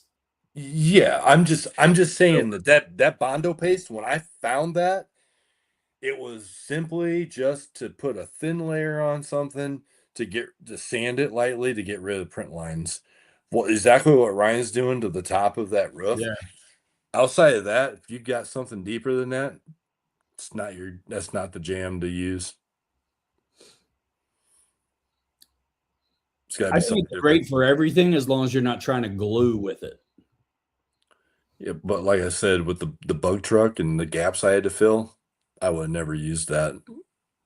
Never. But that plastic bonder from JB Weld is really good. It sands good. It's messy, but It's it sands good and takes paint good. it's a lot like a 2-part Bondo that you'd buy for, auto body. I got a picture of, you can see my finger tracks in the Bondo on the bug truck. Oh yeah, dude. When Kelly first started throwing Bondo on these things, I was like, bro, Well, this one specifically, you just because of what I well, you did. had to almost on. Well, I use whatever I can get that will bend, like this leftover plastic stuff, dude. I can get whatever shape I want out of it and drag the mud. Look at that, guys. Crazy. I had to. I still, I didn't have a choice. I did not have a choice on that one. Did not have a choice.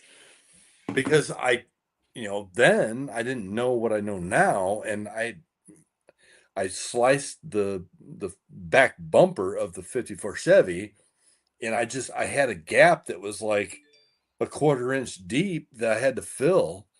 And I was like, I got my regular Bondo for this, because that paste, I would have went through tube after tube of that paste, and it's not the right thing. So that's why I was like, I was going for the heavy D, man. I'm like filling it in with my fingers and like going after it. and you probably had to sand your face off, right? It wasn't too bad. My thing is I put it on and then scrape it off. So then it's filled and smooth. And if you need any more, then you can go on with a finish. Bro, I used to charge guys extra who would try to drywall mud shit and then have me come fix it. I'm like, you should have got me when I looked at this job the first time. You try to save money and do this yourself and you made me a mess. Bro, I'm charging you extra. I would do it too. Don't touch the mud. So you get to do the finished work yourself. So I don't care what happens. But these guys on these remodel projects would try to get the first pass on or whatever. Don't touch the mud, bro. Right? Do not, because I'm gonna bust your head. I'm gonna charge you more so you learn your lesson. Because just let me do it, man. If you're the finish guy, bro, come on. I did that one time and the guy made so much work for me. I was like, ugh.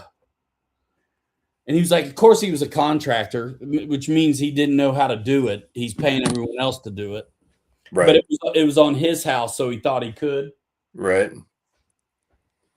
Dude, Corey just sent me pictures of some of Louie's work on his lights. Dude, I've been thinking about Louie. Dude, these pictures that Corey just sent me, that's why I'm like, does he do the lens too? I've been thinking about Louie because I would like to not have to solder up my lights every time I do some. Because I always have to split them up and solder in sections of wire. And I'd rather just have them right. Well, that's why, like, I'm looking at what Corey just sent me, and I'm like thinking to myself, Corey, maybe I need to ship Louie the lenses that I have for the Tahoe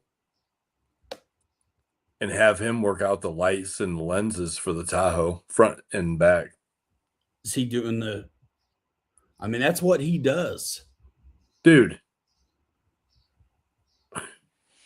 that's crazy. I'll have to show you these later. Yeah, man. He may be your guy. I mean, with the Tahoe, the lenses that I have look great, but that whatever Louis does, that's beyond what I'm capable of doing here at the moment.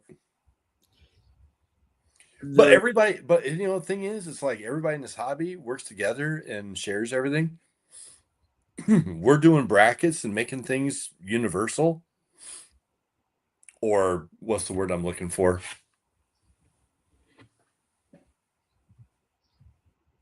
I guess universal is the right word. But you got guys like, Louis that's doing the lighting like that. What he's doing is fantastic.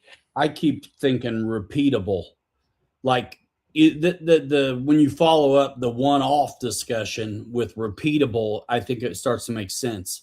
So able to just repeat it, where, bro, if I had to make another big Scout again on my SCX6, now that vehicle's rad. Mm-hmm. Somebody could buy it, and that is what it is. But if I did it again, it wouldn't be like that.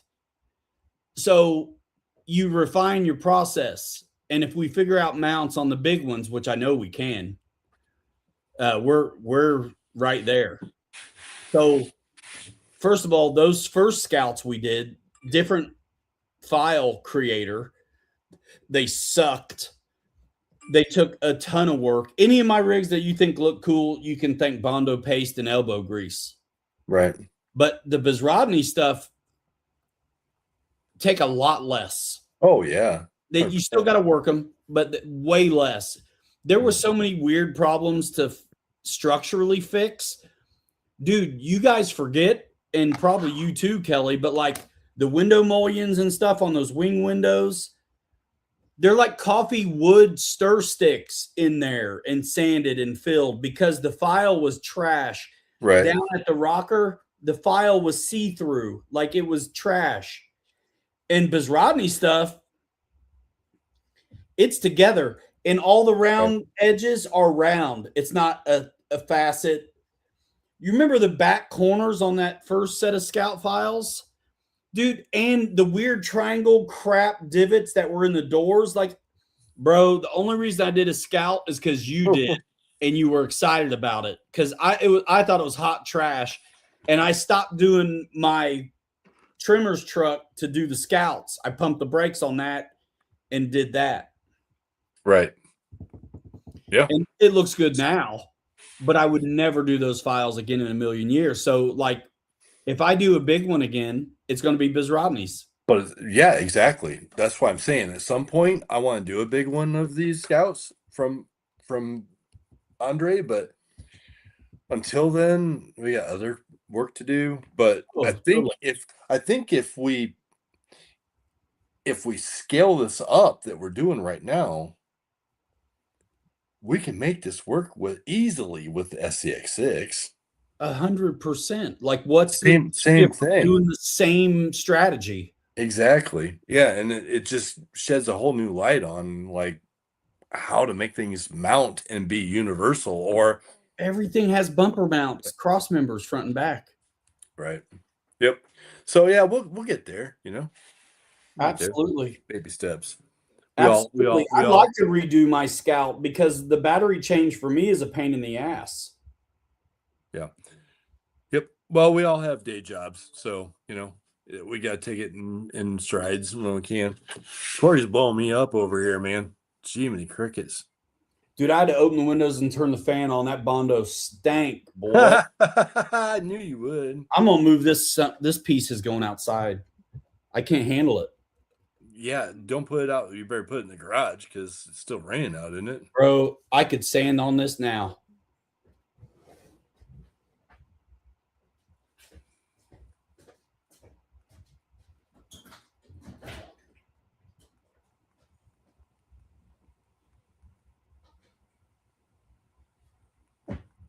That shit stinks, boy.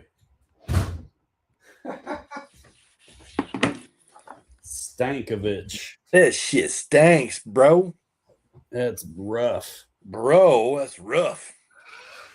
So why is Red Cat, or what was it, A-Main's CEO? What's he doing on Ike and Mike's show tonight? Talking to homeboys. About what? Any idea?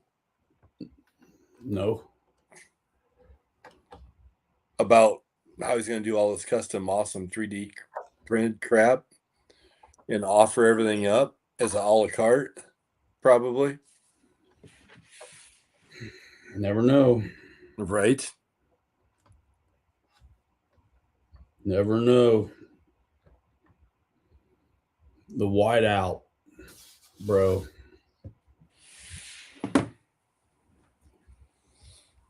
This actually looked a lot like my Phoenix did when I was working on it because it's the same colors, blue, browns, and whites.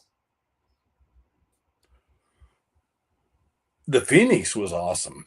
It was That was my first kit and first Lexan paint job and first patina paint job all at I once. mean, you know, that one kind of it was a lot for a patina. It looked good, but it was a lot, right? Yeah, I learned a lot. I overdid it. My first patina was that bug that I have up here, and that thing is a hot mess. Dude, all it needs is a little bit to knock down some of the facet chatter. I got clear coat on it, and I'm not gonna mess with You it. still could. That doesn't keep you.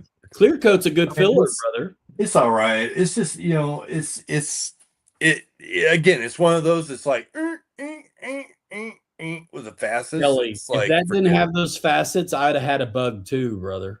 well, yeah. Isn't there a bug that somebody just designed that's on You Imagine? Probably It's for actually- Tamiya. It's actually pretty decent. Yeah, I think so. I think it might be for Tamiya. I think Matt just did a couple though on 10 scales. Yeah, I think it is. And those files, blow them up. Let's go. They look pretty good, yeah. You know, if I could find a good front end of a bug, dude, I would make anybody a bug truck. But the two that I did, I'll never do another one. Oh, not that way, right? Like not that approach. And that's Nope. because you learn so much doing it. Just like the scalp. Like I'll never do one like that again. Right. Nope. Never. Ever. But I'll be glad to do one again. You know, like I keep making them. Right. I kind of, you know, we got some plans and once we get somewhere, I mean, I want to make Corvair for the SCX6. The Corvair for the win for the SCX6. And redo it for the 10 scale. Dude, this thing is so dusty and dirty. Tesla truck, no way. Look at this. Look at that. This thing is so dusty. This is the ugliest bug truck you'll ever see in your life. So that dust, you need to let it get dusty again. It helps it, doesn't it? It helps it a lot. Let it get dusty again and then clear coat it. Probably should. Knock that shine off that fresh turd. Oh, the turd truck. Gotta love the turd truck. Dad said Tesla truck. I'm like, no. Hey, there we go. Let's make some cyber trucks. That thing's ugly as sin. I know it is. And actually, was it Whistling Diesel? I see some of his shit come across my feed once in a while. And he did what did he do? He had that against like an older, like, I think it was older Ford pickup truck. And he had this Cybertruck up on top of a log jam locked up. And so they used the Ford to try and, I don't know, get it off of there or whatever. And they wound up ripping the whole, like, not only, what was it he did? I should be right about this on here. I forget. But whatever it was, the whole freaking hitch on the Cybertruck and the whole, like, back end of the frame section came out from underneath the Cybertruck. And they're like, and he was being honest. He's like, this thing's got like a 10,000 pound towing capacity. He's like, for everybody that's got one of these cars, you really need to be careful because this thing is junk. And he slammed the door shut and the whole door panel fell off on the inside of the door. He did that to both of the doors, and it did the same thing. on both of them. It's like I wouldn't have one. They're junk. Well, Whistling Diesel will tear anything up, but Oh yeah. it's not my favorite look. I mean, to me, when I see a Cybertruck, I think that would be a great way to hold open a giant door. Yeah, it's a paperweight. A door wedge. Yep. Where I'm from, we Doo-doo painted- brown. from where I'm from, we painted cars that color. Heck yeah. Doo-doo brown. Dude, I had a 944 Porsche that was brown. We called it the turd. Believe it or not. Yep. Doo-doo Porsche brown. is like German French for poop, isn't it? One of the strongest, best cars I've ever driven in my entire Poor life. man's Porsche is the Carmen Ghia, my friend. That's right. You cannot beat German engineering, though, in my opinion. Doo-doo brown. I've heard that. You know what, Ryan? I'm gonna take this damn thing right here and I'm gonna paint this son of a bitch doo-doo brown for you. I'm Please gonna paint do. it. You know I'm what? gonna paint it the same color as the bug truck. I'm gonna paint it a patina brown with copper accents. Just for you, man. You know, that's great because it will camouflage in the woods and no one will see it. You just go underwater and lose it. No one will know. It's a doo-doo scout, baby. Doo-doo scout. You do you, boo, doo-doo. Doo-doo scout. Do the voodoo that you do so well. That's right. That's right. It's not your fault. It's not my fault. I'm just trying over here. That's My all. Oldsmobile was brown. My real one, my 71 Delta Also- 88. Yeah, that was a hot color back then. Dude, 455 Olds rocket in that thing. A doo-doo Olds. Nice. I didn't get a driver's license when I was 16. I got a captain's license.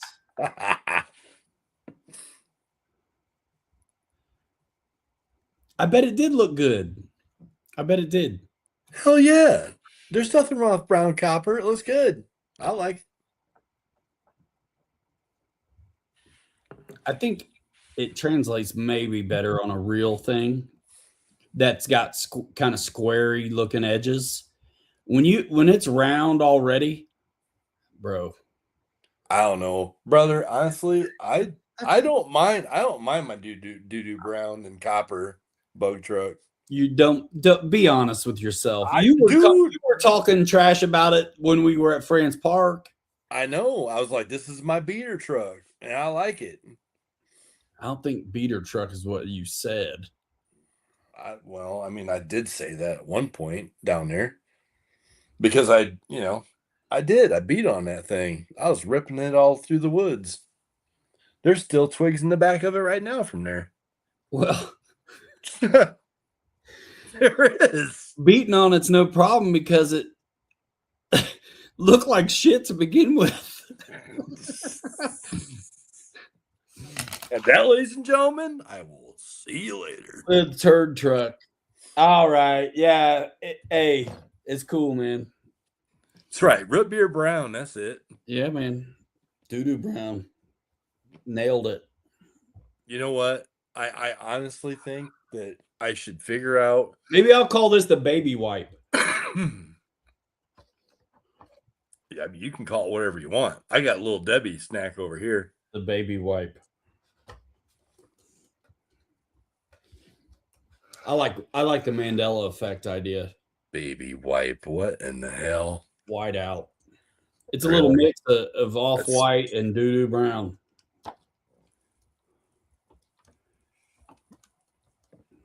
Oh my gosh. I've seen a Cybertruck on a crawler, I think, and someone did one on a monster truck. There's this like short form content page. It's called I think it's RC America, and he's got this point of view on all these monster trucks that makes them, and he throws the real monster truck audio over the top, and his point of view makes it look real, but it's all RC. And they had a Cybertruck like monster truck doing stuff. You know, Ryan, now that you're talking about Cybertruck, my dad's fault. it'd be a great one to print out because of all the square and the flat body parts. You wouldn't have to worry about using any Bondo paste on it, man. You're right. I wouldn't have to worry about doing any finish work on one. Right. Because Just I'll never do one. paint it brown and put some copper on it. Call it good. You somebody'd have to commission it, brother. And then I'd turn you on to it. Dude, you know what? Just because of that, Ryan, I am going to buy files and I'm gonna print one. And I'm gonna print and put it on my SCX6. You got time to kill? Go And for it. no, I don't, but I mean my printer does. It's sitting down here idle right now. It's not printing anything. I'll print an SCX6 Cybertruck. I would rather do a Chevette. How about a Pinto? Same difference. What's the other one? The Pinto, and what's the other one that's like the Pinto? Not Gremlin. No? Yeah? I think AMC Rambler, Yeah, sure. something. Chevette actually would be cool. Oh my God. I haven't heard that name in a long, long while. Bro, And quite for a frankly, Everyone has. the last Chevette that I rode in, guess what color it was? White. Shit brown. Shit brown. That's why they quit making them. 4-door. It was a little 4-door shit brown Chevette. Dude, I remember Chevettes were some of my first experiences. Dude, I do like those wheels on there, man. Man, come on, right? I almost want to go get mine and put them on there right now, but I'm not. Chevette, gee. Every now and then I'll see one of those weird Euro cars that look like a Chevette, and I'm like, I think about it. Fox body Mustang would be amazing. Heck yeah. Yeah, it would. All right. Well, we'll start with the Cybertruck on an SCX6 for Ryan. I'll get that done. You can keep it. And I'll make sure I print it out and paint it brown. I got plenty of brown paint and copper. Pacer. Yeah. Oh, that's it. Pacer. That's it. Yep. Yep. If I remember right, didn't the Pacer, didn't it have like a swing open rear door on that? Or no? I don't remember. No, I think it was a hatchback, wasn't it? It opened up. I thought I would have guessed a hatchback. Yeah. Yeah, I guess maybe it did. That Pacer, man, what an ugly, whoever the hell designed that was on some serious drugs. Probably the same guy did the On Wayne's World. Yeah, I think it was, wasn't it? Wasn't that, it was either a Gremlin or a Pacer that they were using on Wayne's World. I think so. Yeah. I don't know if I've even seen that movie, dude. Wayne's World? Yeah. Wow. This is an old one. Wayne's World. Wayne's World. I remember it, but I don't think I ever saw it. Bro, the arch game is strong on this one, brother. I mean, come on. Dude, I'm there with you, bro. Perfect size tire, dude. 4.5. All right. The arch game on this is strong, bro. Wait a minute. Do the front again.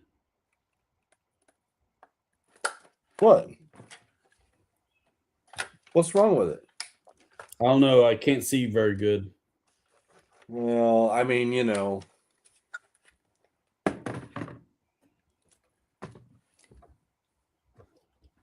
Maybe my links are a little bit too far out. That's easy adjustment. I like this one though, brother. I guess maybe, I don't know. It's hard to tell, isn't it? It is in this kind of light. But honestly, if you're going to be off, that's where you want it to be off. is forward. But when it's just, I mean, it is a little But forward. that's not. So you got to hold them at the axles to get the. So like if I hold mine from the body, yeah, it hangs down. That's not what it. It's not how they ride. So like I always pick them up by the axles because that's how it sits.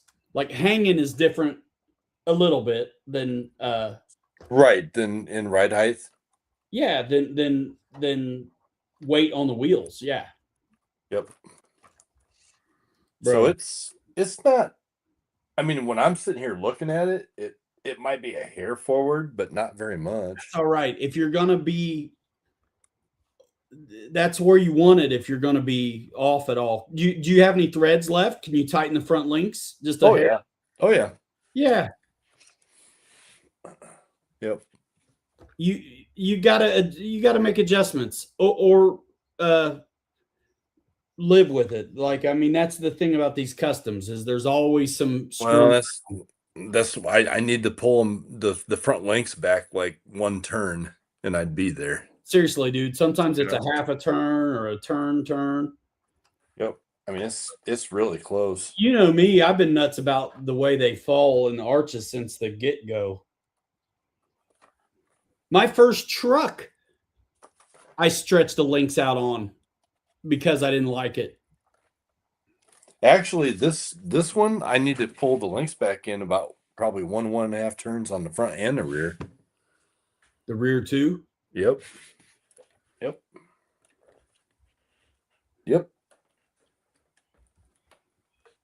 So I should have left it alone. You know what I'm saying?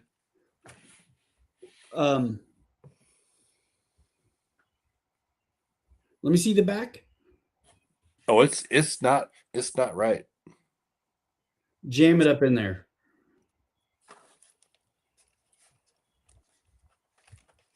Hang on. That's pretty close. It is back a little bit. I need to go one turn probably on the back and the front.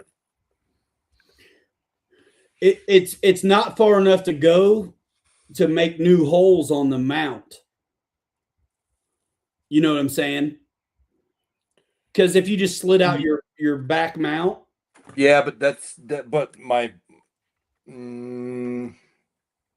I don't want to do that. Because I moved the links.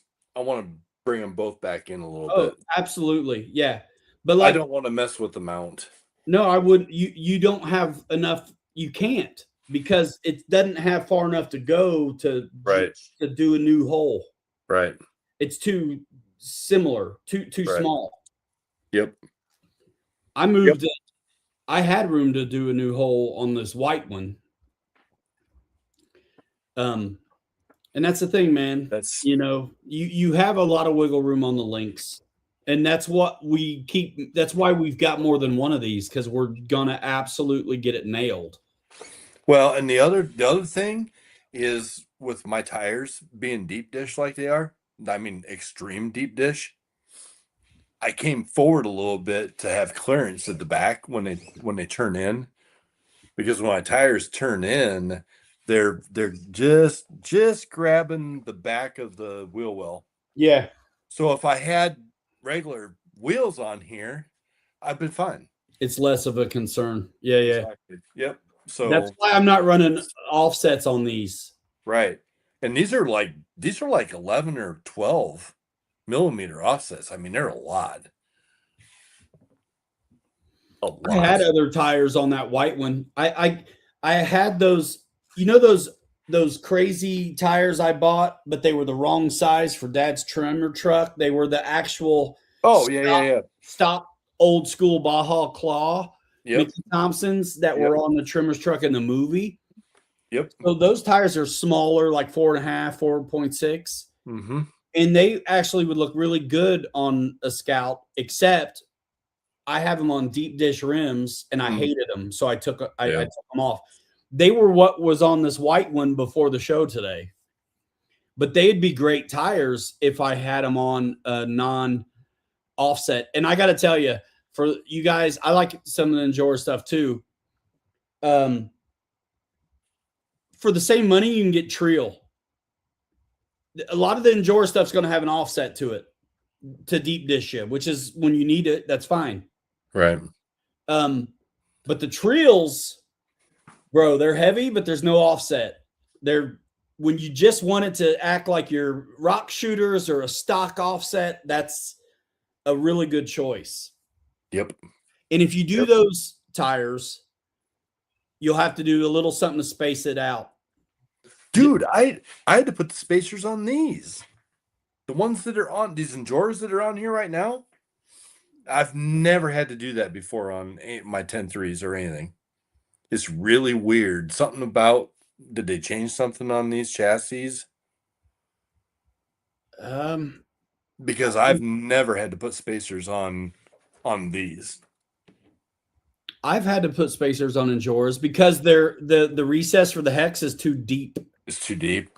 Yeah, dude, I guarantee you the back of any Endures I've run are either scraped clear or I washered them. Gotcha.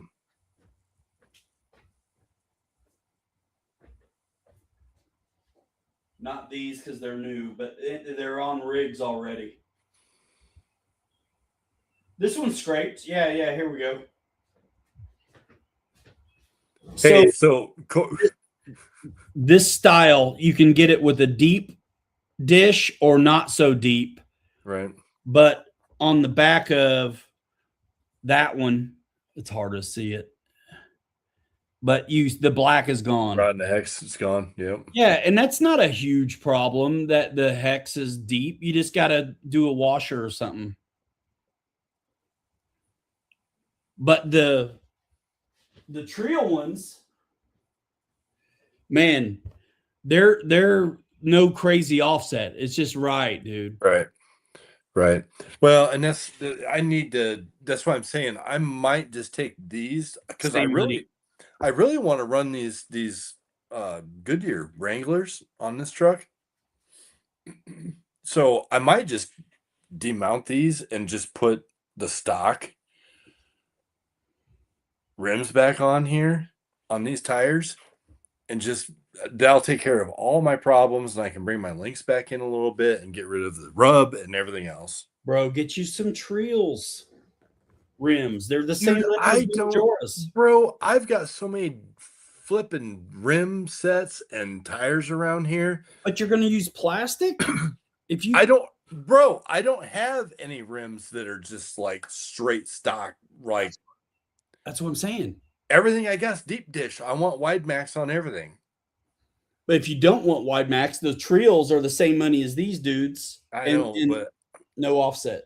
I got a set of rims sitting like right over here on my workbench that they're not mounted on anything, but they're deep dish. Everything I have is all like 11 or 12 millimeter offset. These aren't getting used. Good. I'll trade you. What do you got? They're deep. What do you need? They're deep. Oh, yeah, I don't want them. That's what I'm saying. If you got to buy some, those Proline rock shooters are awesome, and so are the Trials. I got a set of these. Deep. Look at that. That's what I got on this Scout right now. Deep dish. It's like 11 or 12 millimeter offset, bro. Yeah. No wonder why my shit's rubbing on the wheel wells. Yeah. I mean, that's on the turning. It's too far out. Yeah. Yeah, so then it becomes like, okay, I got to cut the arches or lift the body. Exactly. I love the Trials because there's no offset and they're heavy. Yeah. So I don't have to buy like brass rings. I don't really throw on any other. I just live with it. I don't throw on knuckle weights or diff covers and stuff anymore. I'm making too many of these to be able to do that every time. Yeah, I get it. So I just get the tires that do it, the rims that do it. These aren't offset that are on my. That's what I'm saying. You're the Endure. You have to be careful when you buy them because there's a narrow offset and then there's a deeper one. Bro, I should just take those off They look small, like 4.5. That's probably perfect size. I think they're the same size as what these are. Yeah, they're the same size. Same size. What up, Fred? Are they 4.5s or 4.75s? They look smaller in 4.75. They are smaller than 475. Yeah, so they'll be good on the Scout, dude. Yeah, I might pull these off. Dude, these Baja TAs, I want to find some more. And those Mickey Thompson 4.65s, I'm gonna get some more of those. And if I can find these, I'm gonna get more of these. Because they're killer for scale rigs without being super small like the Boom Racing stuff. Yeah. Like these 419s, I really never put them on stuff because they're always too small. So somewhere between 419 and 475 is where I'm liking to be these days. Yeah, they need more 455s. Yeah, that's what I'm gonna do. I'm gonna take these damn tires off of this FJ. The rims. I really want to run these Wrangler tires on this. So I might actually swap out You know why I don't these with those. You know why I don't run my Wranglers? Why?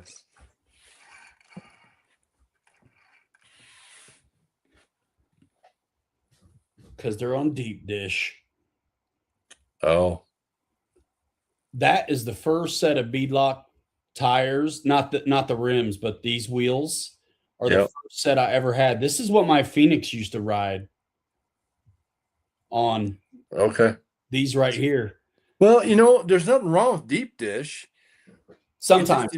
It just depends on what chassis and what body it's on. But bro, you ain't lying. Those Wrangler treads, the reason I picked these is because they look like they have a killer tread, but they're old. Dude, they're old school. Yeah. Yeah. So that's why I really wanted to run these white rims on here with these Wranglers, but I think I'm gonna switch these over. And they've got white stuff that's not deep dish too. Yeah. All right. Here we go. Let's go to Amazon. I love wheels. I do too. I got two big plastic bins full of wheels and tires. So here's the in Joras that aren't they're not super deep, just barely. So you can see the offset in there is skinny or fat. Like they're fat on this, but Yep. they're not on there. Yep. I see it. You can see it right there. Yeah, dude. Got some BFGs on this guy. Chunky ones. Crawler TA XK or whatever. There's Crawler TA and then there's Crawler TA XK, I think. So these ones are Crawler TAs, but they're it's not as chunky of a tread. So those are still BFGs. These are like what's on the SCX6 Wrangler, but of course small. Yep. So that's BFG Crawler TA mud terrain. And then, dude, notice the tread, right? Look at that. A bunch of small ones. And then, Yep. And then Homeboy's got BFGs, but they're chunky. Yep.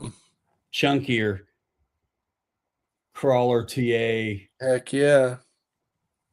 XX or XK or KX, something.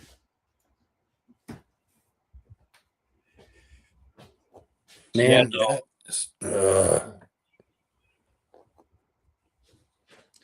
And I bought these by mistake. I wanted another pair of Crawler TA XKs, and I screwed around and bought this too small size.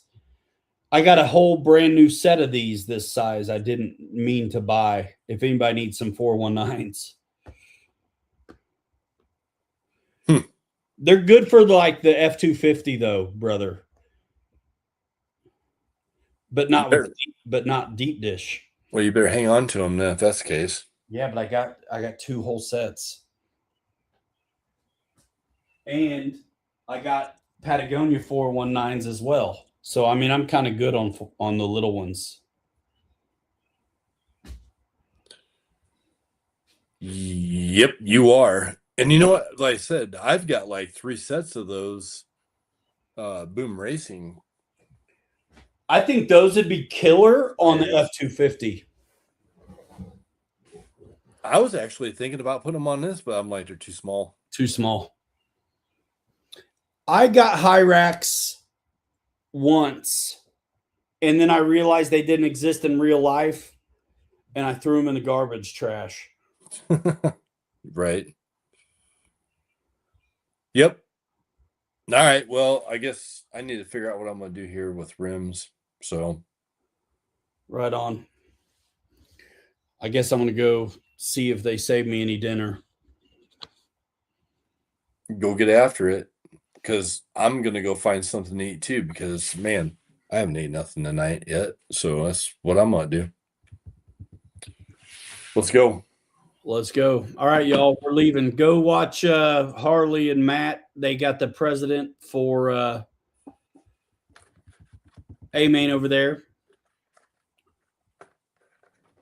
Oh, they did, Ryan. Oh man, I don't remember what we're talking about now. What is that in response to? My bad. I can't remember. Hyrax. I remember. They are good tires. They just they saved me some dinner. I kind of hope they didn't. I don't want it, dude. There isn't enough salt and pepper to salvage that mess. Oh my God. All right, bro. All right, we're out of here in 5. Hanger Rats forever. 3 later. Go watch Kelly's video. 2 good to be forgotten or whatever. We'll see you next time. Bye now. Hey, guys. we're making trucks. Let us know. See ya. Tiny trucks. Let's go. Tiny trucks. Bye. Boom.